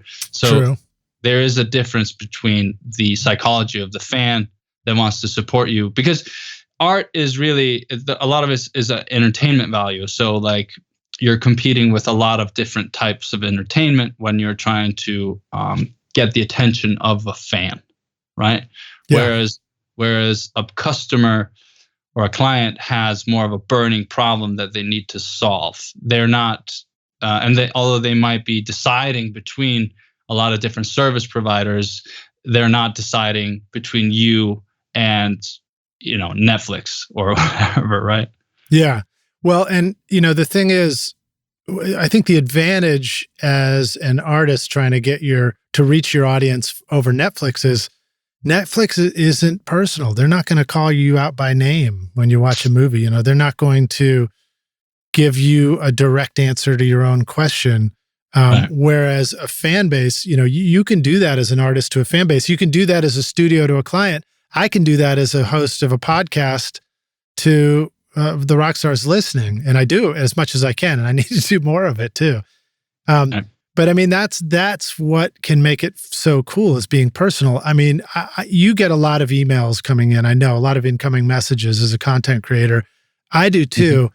And I'm still at a place where I try to personally answer every single one. And I've heard of other people doing that. And, and at a certain point, it can get really hard to do. I mean, if you have 10,000 incoming messages, how do you personally respond to them? Yeah, right. But most of us don't have that problem yet. You know what I mean? Right. And also, that's a good problem to have. That's a good problem to have. And then that's a point at which you adjust your strategies for things like that. Yep. So let's now that we've identified some of the ways that we can solve problems and understand our customers' needs, or, if we're going to go back to the home studio thing for a minute, making records for people, why don't we talk a little bit about, let's talk about the vocabulary that you need to adjust to describe those problems. And let's talk about websites. I don't really remember how deep we get into websites specifically in the book, but I know you have an understanding of things that can be useful in a website. Everybody's like, I got to get my website going. I just had a guest on it. Incredible. One of the greatest producers I've interviewed, greatest discographies, a really great website. And still he leads with like, it's so outdated, it's outdated. So just a reminder, like this problem, this feeling of it being a problem never goes away. Yet I think the solutions for getting it right are just right in front of us all the time. maybe you should mention the whole idea of Parkinson's law too, before we argue, oh, it takes too much time. We don't have enough time to do this thing. Right. Well, it takes just as long as you decide it takes, really. Yeah. So if it's never going to get done, it'll definitely take forever. It'll take that long. Yeah. But vocabulary, you brought that up. That's a real great thing to keep in mind based on sort of, if you've done customer interviews, let's say you've done a lot of conversations and some of the topics keep coming up. People are talking about their problems always in a very specific way. They always use the same language. So that's the language that you want to use, because you want to signal to your potential client or customer that you understand the problem in the same way that they do. Because you want to be able to explain that you understand and you know the problem just as well, if not better, than they do themselves. Right. And there's a difference in a lot of industries, in a lot of fields. There's a huge difference between like the jargon of the industry that is useful to use for marketing copy and like how people actually speak, versus the technobabble of the field that's like way lofty and really like goes above people's heads. So you don't really want to use that. You want to use layman's language to explain what you do for people. So an example to me would be going to back in the day, going to like the home stereo component store, and they'd be like, has 0.01 distortion, THC or whatever, Right, and I'd always see this stuff. I'm like, I don't even know what the hell that means. Like, what? I mean, I kind of do, but like, what does that actually mean? Versus really speaking somebody's language. And I've seen you use terms like, fix your muddy mixes, and I was like, wow, that's such an unusual choice of adjectives. But I don't think you invented it even, right? No, it's just what people say. You could say like, oh, do you have an overabundance of the 200 to 100, or do you have an overabundance of the 100 to 200 cycles region in your song or in your production? It's like that. Nobody talks like that. Right. Well, sometimes we do, but we're usually, I think that, or it'd be the guy. You have to meet people on their level. Like we can talk technobabble all we want, but we're not trying to, we can maybe be trying to persuade each other of like who's smarter or whatever, but we're not trying to meet at each other's level, or like I am not trying to meet you at a level in which I can help you with a problem, Right. All right. Well, so let's spin it forward to websites and, on the level you're comfortable digging into that topic. But what are some things that you've seen? A website is ultimately a calling card right now, or it's our business card. It's our way of saying, maybe somebody will, in your case, you're creating tons of content. So somebody might search something and end up on your website. In most of our cases, as we begin, it's more of somebody searches our name because they heard something about us through somebody else, or they're like, oh, I heard so-and-so had a studio, and then up pops our website. What are some things that you've seen that people use to completely mess that up versus stuff that's really elegant and simple and effective?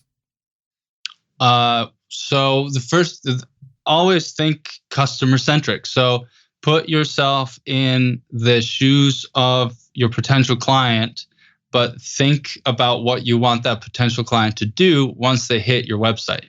Do you want them to just get barraged with ads and maybe read like one paragraph on whatever article and then be frustrated and leave?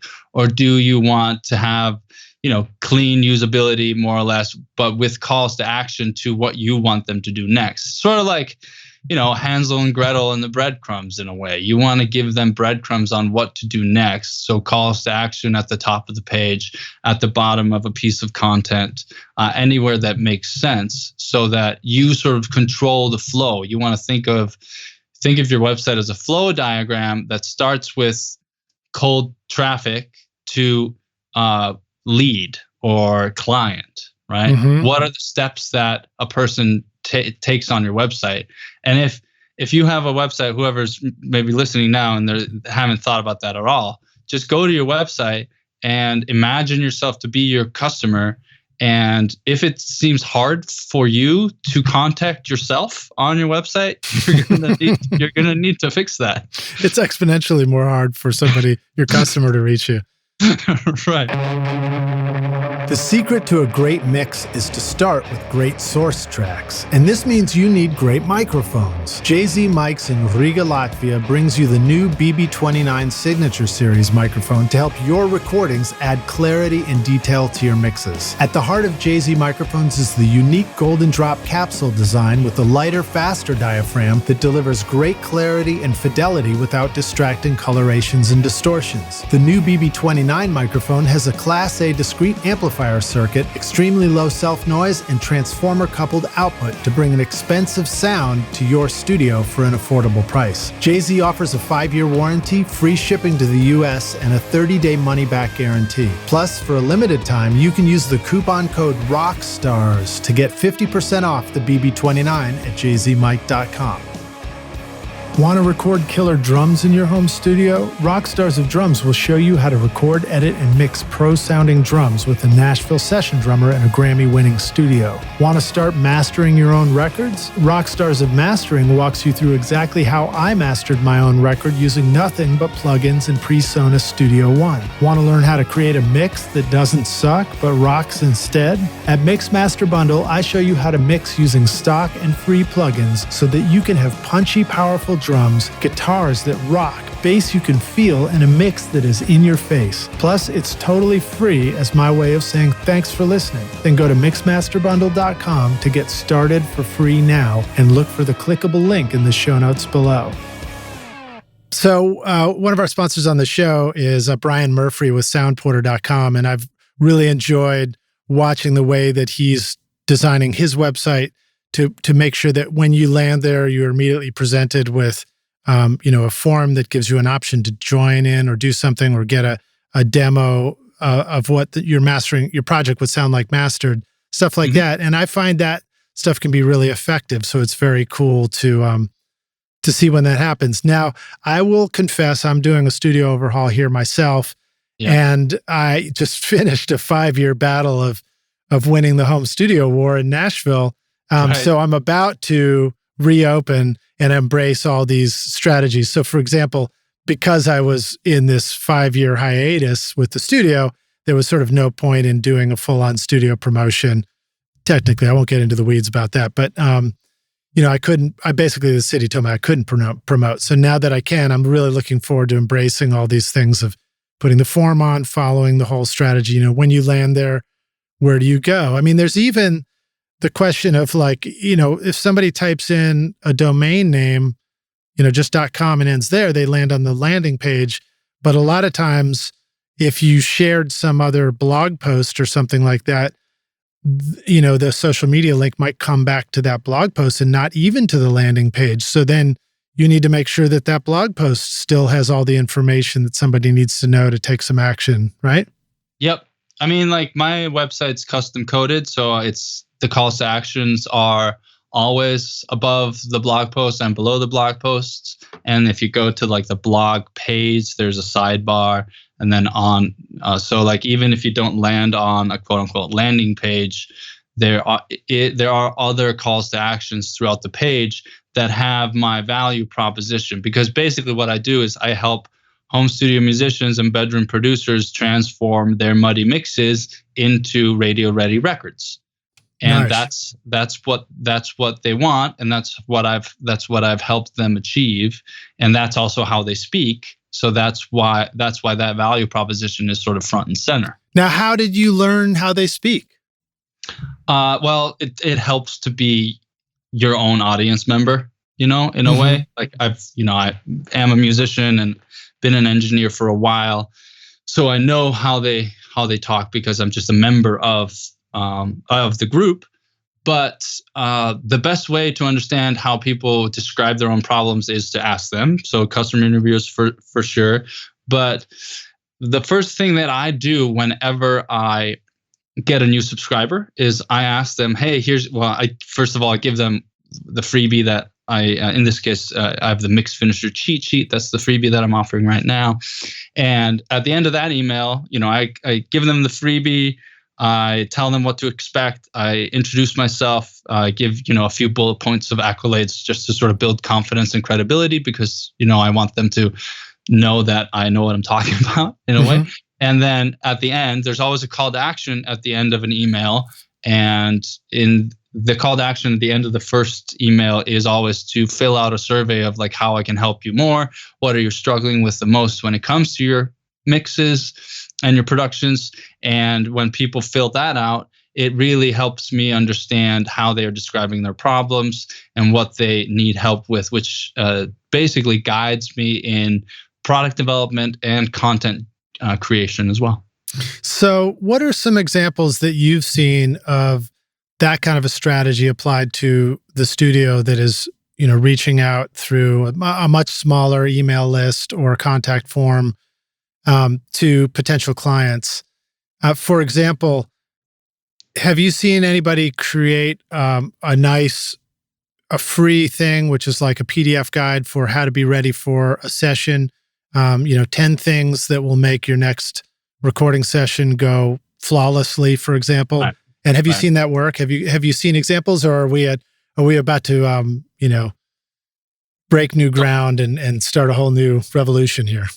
Well, no, I mean, like I have one of my free guides back in the day was 33 things to think about before you record and release your music. And that's sort of, you want to have, because you want to think about where you are in the customer journey. So if you can help them get to where they need you, that's a great place to give out free content. Because if it's like, if you are like Chris Graham does this really well. It's like he's a mastering engineer, and that's a really narrow window of time to convince somebody to work with you, right? Right. You've done everything except the final 10% or whatever, and you need to find them when they're exactly at that moment in their customer journey. And you want it back in a week. Right. So the content that he can do is like, you want to think backwards. So like, what are they working on before they need me? Well, mixing. So is it mix feedback? Is there like mix advice, mix prep, or like how to understand what mastering does to your mix? Like these are all the questions that they may be asking themselves that you can then answer for them in the form of content that might get them interested in working with you further. Yeah. So you just have to put yourself find the spot in the journey where you are, and then what makes it easier for them to hire you. And it's a great reminder. Considering yourself a home studio helping other bands make their records, that's not niching down yet. Niching down is like, are you sending a message to people about the process of pre-production? Are you sending a message to people about the process of tracking a record and making sure the songs are great and doing that? Are you sending a message to people about the process of having done that so far in their own studio, but then they're trying to make sure the mix sounds great and reach out to you as a mixer? Or are you the mastering engineer, like you just said? Right. And you won't necessarily find a niche yet, but you have to start somewhere, and you'll sort of find that as you make more offers, do more work, sort of find your footing better. It's a really long, and so I mean, if you want to have a career, it's by definition long term. Right. So like, and one of the interesting sort of money mindsets I have developed and I've gotten a little bit better at is thinking about like, what's the ROI on anything that I'm buying?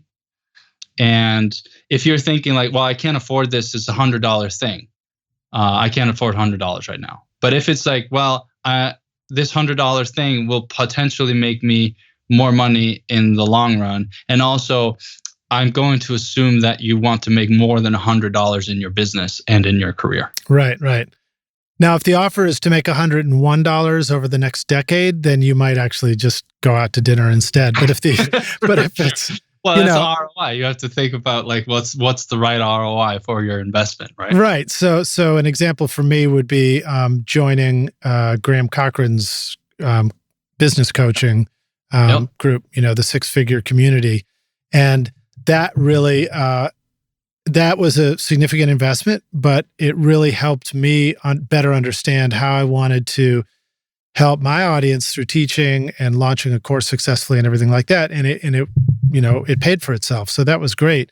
For a studio, I think those are difficult questions too. And there's definitely a very good message out there about like, when people say you don't need more gear, you need, to know how to use the gear you've got better. You need a better strategy.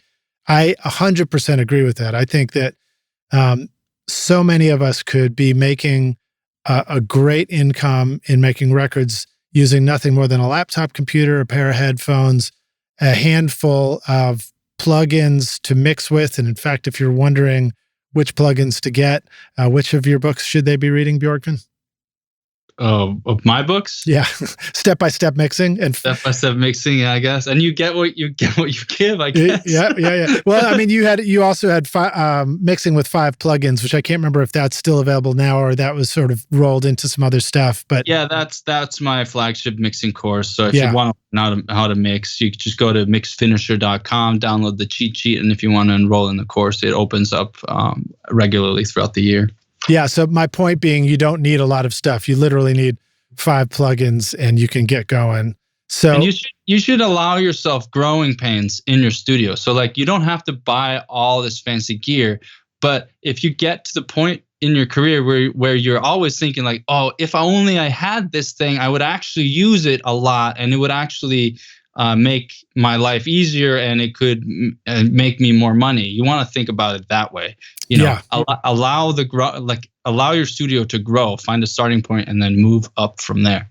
So there's another thing that I wanted to circle back on too. It's this idea of permission. So I think sometimes, when we hear you talk about all these things about like the website, the pain points, the form, the email list, it can be easy to hear that for the first time when you're far away from doing any of those things and think, that just sounds like somebody else. That's not me. That's not me. Especially, I certainly come from a background of feeling a little too cool for school. And I know that a lot of us feel that way, and we should. That's at the essence of rock and roll to begin with, right? But I think what's so great about this idea of you don't need permission is you literally, not only do you not need permission, but you don't need to fit into the mold. It's like you're listening to this podcast right now and you know exactly what kind of music you like and love. You know, even more so, you probably know exactly what kind of music you can't stand and would be loath to sound like or look like or smell like or feel like. And you know what studio you don't want to be. And you have a pretty good idea of what studio you do want to be. And what I want to encourage you to understand is that you just trust in your own enthusiastic, excited image of what your studio could be, what kind of records you could make, what stuff gets you excited. And you can take all that and you can apply it to all these things that Björgvin's teaching you right now in this podcast episode. And we'll teach you in the book. You get what you give. And you can use all these strategies, but 100% keep this thing your own and original and you can feel really proud of it. It doesn't mean there won't be some bumps and wrong turns along the way, because that's just part of, like you said, Björgvin, the length of career, right? Well, it goes to the question that we sometimes ask in the Blammo group is who are you asked to become, or who do you want to become? Yeah. And if you think about it, I mean, if you think that the multiverse theory is true, that there are lots of parallel universes, infinite amount of parallel universe, there's literally a universe in which you have superpowers. So in this universe, why is it so unbelievable that you could be a successful music producer? Right. And you just said that thing. You said, who are you asked to become? Who do you want to become? And I circled the word you. That's what's so key to me. It's not who do they want you to be? Who do they want you to become? It's who do you want to be? Right. Because we're stuck in this sort of fallacy. It's called the do, have, be fallacy. You always think like, oh, I have to do this and then I'll have all this and then I can finally be who I want to be. Right. Nice. Instead, flip that all the way around and just decide that you're going to be the type of person that you want to be. And then think about what that person has and apply and design your life around that, because at the end of the day, then you can actually do what that person that you want to be does. I love it, man. I'm going to have to ponder that for just a minute. Do you feel like the time you spent watching YouTube videos, trying out mix tricks, and tweaking version after version of your mixes has gotten you nowhere? Have you been looking for a simple, straightforward, step-by-step process for creating a pro mix that won't take years to learn? What if you could have a Grammy-winning mix engineer who understood all your mixing struggles and could coach you through them? If you struggle with any of these questions, then the Ultimate Mixing Masterclass is just for you. Now you can discover the proven step-by-step mix system from Grammy-winning mixer Craig Alvin for consistently creating a pro-quality mix from your home studio that will sound amazing everywhere. Listen, I appreciate you listening to this podcast, and I know you're trying to make your best record ever. But when you're ready to take your mixes to Grammy-winning quality, then you're ready for UltimateMixingMasterclass.com. Dude, this is awesome, man. I've got a whole bunch more questions, but I think we're hitting the end of our interview here. But let me ask you this one. There's two questions that I think we could still touch on. Okay. And again, we'll just go back to this idea. Like now we've understood our audience a little bit. We've figured out a little bit more understanding about the website and this idea of like you need to make it a simple, like unobstructed flow of action. Let's go to what we would call the top of the funnel. So the bottom of the funnel is the phone call. You made a deal, a handshake agreement, whatever. The top of the funnel, and we're talking about your sales funnel, Rockstars. We're talking about bringing in a client into your studio and working with somebody. The top is that wide open-ended thing. It's this podcast. It's Björgvin's blog.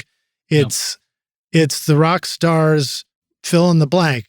YouTube channel, Instagram channel, TikTok channel. It's the free stuff. It's the content that you can create based on what strengths you have. Like Lidge has a podcast because he's great at interviewing and communicating and talking on the air. I have a blog because I write a lot better.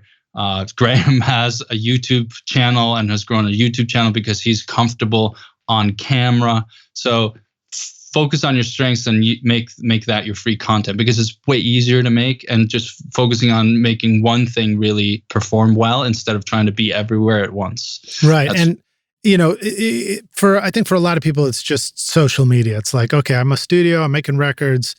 A lot of people are going to listen to this and they're going to go, I don't want to start a whole podcast. I don't want to start a whole YouTube channel. I want to just do my studio thing. But that doesn't excuse you from having to follow these same strategies. So for example, if you have an Instagram channel and you personalize yourself in your studio for your followers and your friends and fans and the people who think your music is cool, you put yourself out there, put little clips of your studio out there and stuff. But again, it's that call to action. It's that reminding people like, what do they need to do after they enjoyed watching your thing? Where should they go? Yeah. Do you have any thoughts about that?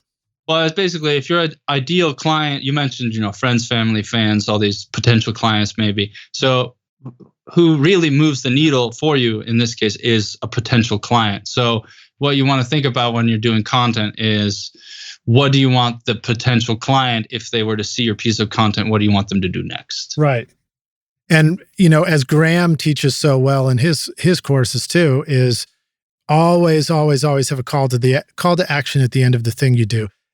Honestly, I'm still learning that. My YouTube channel is terrible in that respect. I'm very, very lacking in always having a call to action. The podcast, on the other hand, I try to make some clear calls to action for people. In other words, if you want help with mixing, Rockstars, go check out my free mixing course, Mix Master Bundle. Björgvin, yours, again, Mix Finisher Formula. You've got lead magnets for that. And let's give a shout out to the ones right now that are with the book, the worksheets, because these are killer, man. They look great and they got really, really compelling questions on them. Yeah, you can download them all for free at yougetwhatyougivebook.com, and they'll just be delivered to you straight via email. And so there's obviously I talk about the topics in the book a lot throughout the story, but these are sort of helpful for you in a practical sense, sort of help you visualize and figure out what you really need to be answering and asking yourself, so that you get a better footing to develop your business strategy in a way. Yeah, so I'm looking at them right now. We've got a product and services worksheet that will help you break down exactly what your offer is going to be, a customer canvas worksheet that's going to help you identify all your customers' problems, a problem-solving sheet, which I think is a continuation of the last one there. Oh, no, it's also like, what about you makes you good at solving these problems and helping you identify your own skills? Yeah, it's more about it, that sort of thinks about your unique value proposition, and then the customer canvas is the other side of that coin of like, how does that fit in with the customer that you're trying to reach? Right. So then, the other two, we have a success check-in sheet, which is going to be great, and we'll close out on that question too, which is going to help you keep doing a self check-in and making sure that you're moving forward with all these things.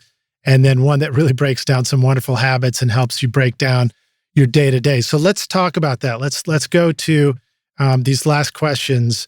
How do we use planning to arrive at our actual goals so that we're not just listening to podcasts and thinking, oh, that sounds cool, and then we don't do anything, or reading the book and not doing anything. And then what is the moving goalpost issue? Yeah, so I break it down into like a 12-month goal, 6-month strategy, and the week ahead. Because a 12-month goal you want to have it sort of firm, but I understand that things fluctuate because we're not nothing is linear in this world, right? But it makes you want to, like, I ask you in the worksheet, like, what do you want your life to look like in 12 months? What is your day-to-day like? What are you working on that makes you feel successful? Like, what is a successful lifestyle for you? Because that's different for everybody. I did this myself a long time ago. What I really like doing is I like writing in the morning and helping people in the afternoon. I mean, that's a very simple, concise way of saying it. But like that, basically what that means is I create content or write blog posts or create or work on books or whatever in the mornings. And then I either develop or help myself by like reading or watching continuous learning, or I have classes, coaching calls, check-ins with students and things like that.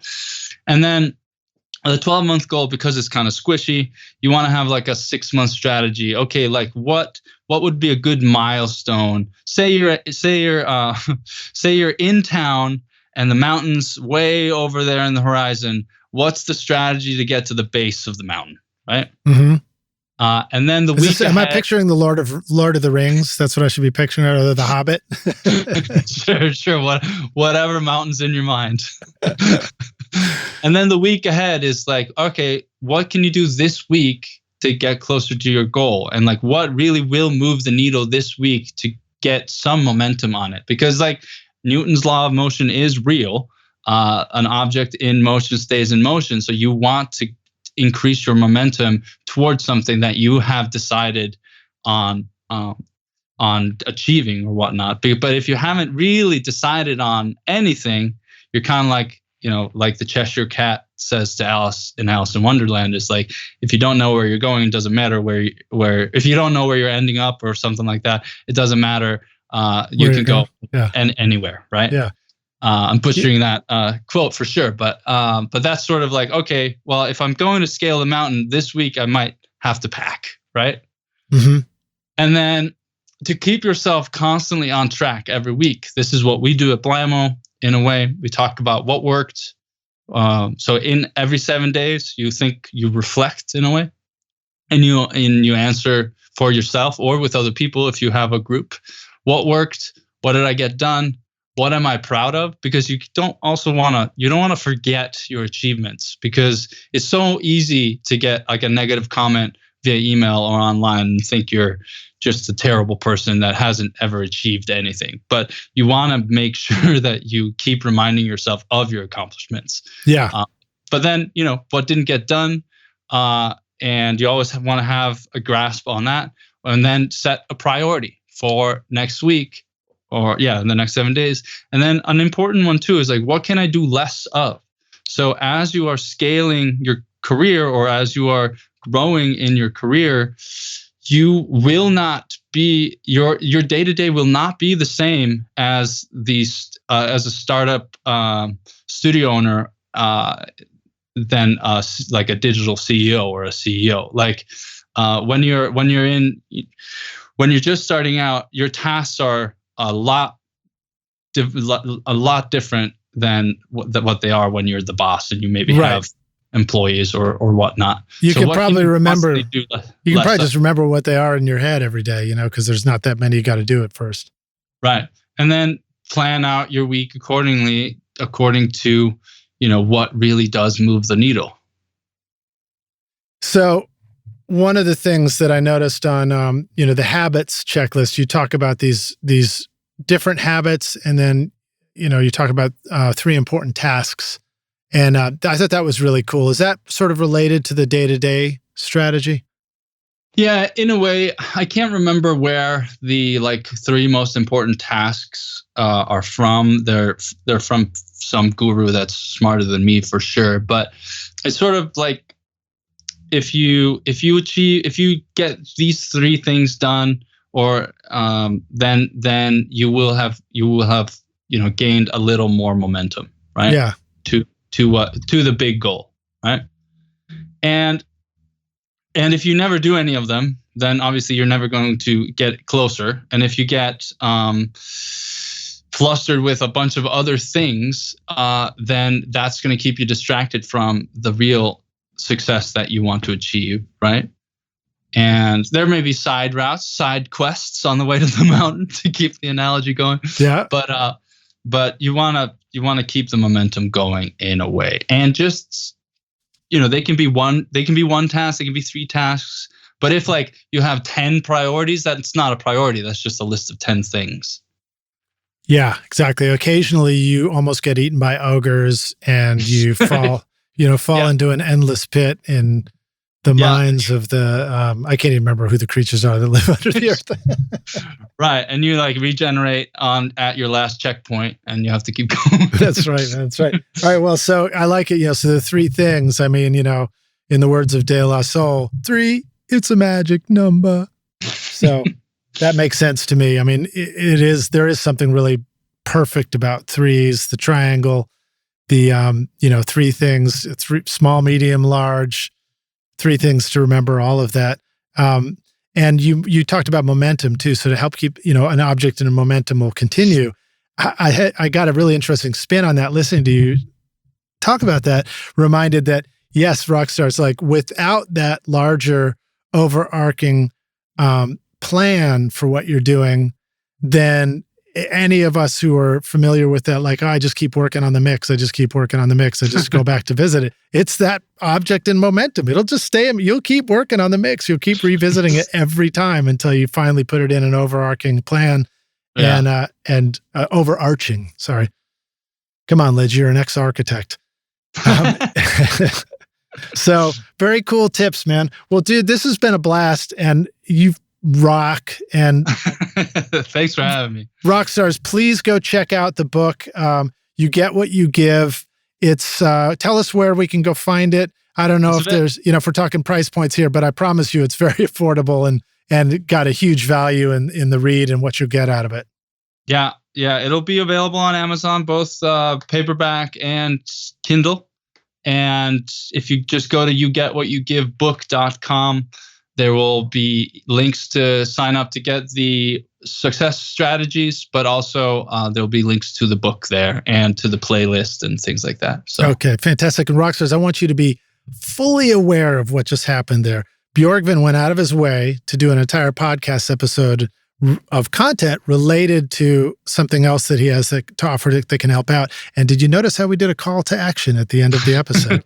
This is just studying the process of what we're doing here, and what Björgvin does is a hugely valuable lesson in and of itself for anything that you want to do. So, dude, thanks so much for hanging with us. Any closing words? Oh, let me ask you this question I always ask my guests. We're going to take the Wayback Studio machine, and you're going to go back in time. And if you could go back to the beginning and find young Björgvin who is just, maybe going into school or just playing his first instrument, and you could give yourself one bit of advice and say, listen, dude, here's the single most important thing you need to know to become a rock star of the studio yourself one day, what advice would you go back and give yourself?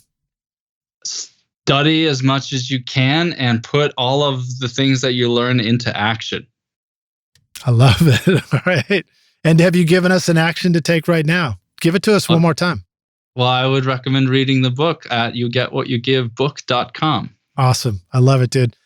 I will see you at our weekly meeting, man. Thanks for listening, rock stars. Thank you for having me. Thanks. Hope it was useful to everybody who was listening. All right. It's fantastic, dude. Good to see you, dude. Cheers. You too. Bye. Thanks so much for listening to Recording Studio Rockstars. If you enjoyed the show and want to help make it better, then please share this episode with your friends on social media and leave a rating and review on iTunes to help the podcast reach more rock stars like yourself. You can click directly over to iTunes or go to rsrockstars.com/review for an easy explanation. And remember to hit the subscribe button to keep up with weekly episodes. And if you're ready to make your best record ever now, then head over to Recording Studio Rockstars Academy, where you can start with my free course at mixmasterbundle.com. And if you want more free content from Recording Studio Rockstars, all you have to do is go to rsrockstars.com/email. Again, that's rsrockstars.com/email to enter your name and email, and I'll keep you in the loop with articles, videos, podcast updates, and even free gear giveaways for your studio. Just look for the link in the show notes below. Thanks so much for listening, and thanks for being a rock star. I'm Lid Shaw, and this is Recording Studio Rockstars. Now, go make great music.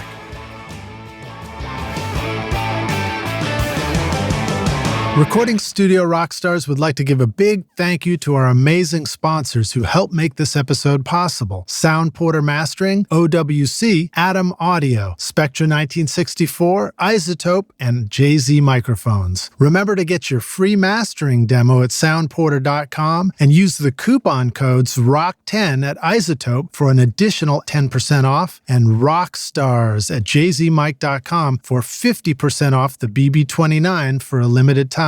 You'll find links to all these wonderful sponsors in our show notes. These are all things I highly recommend for your studio. They're going to help you make your best record ever. I would also like to give a big thank you to our rockstar team here at Recording Studio Rockstars, Vlad Weselchenko, Braden Stremming, and Hugh McDonald for additional podcasts and video production. You guys rock. Thanks so much for listening, and we'll see you in the next episode. Cheers.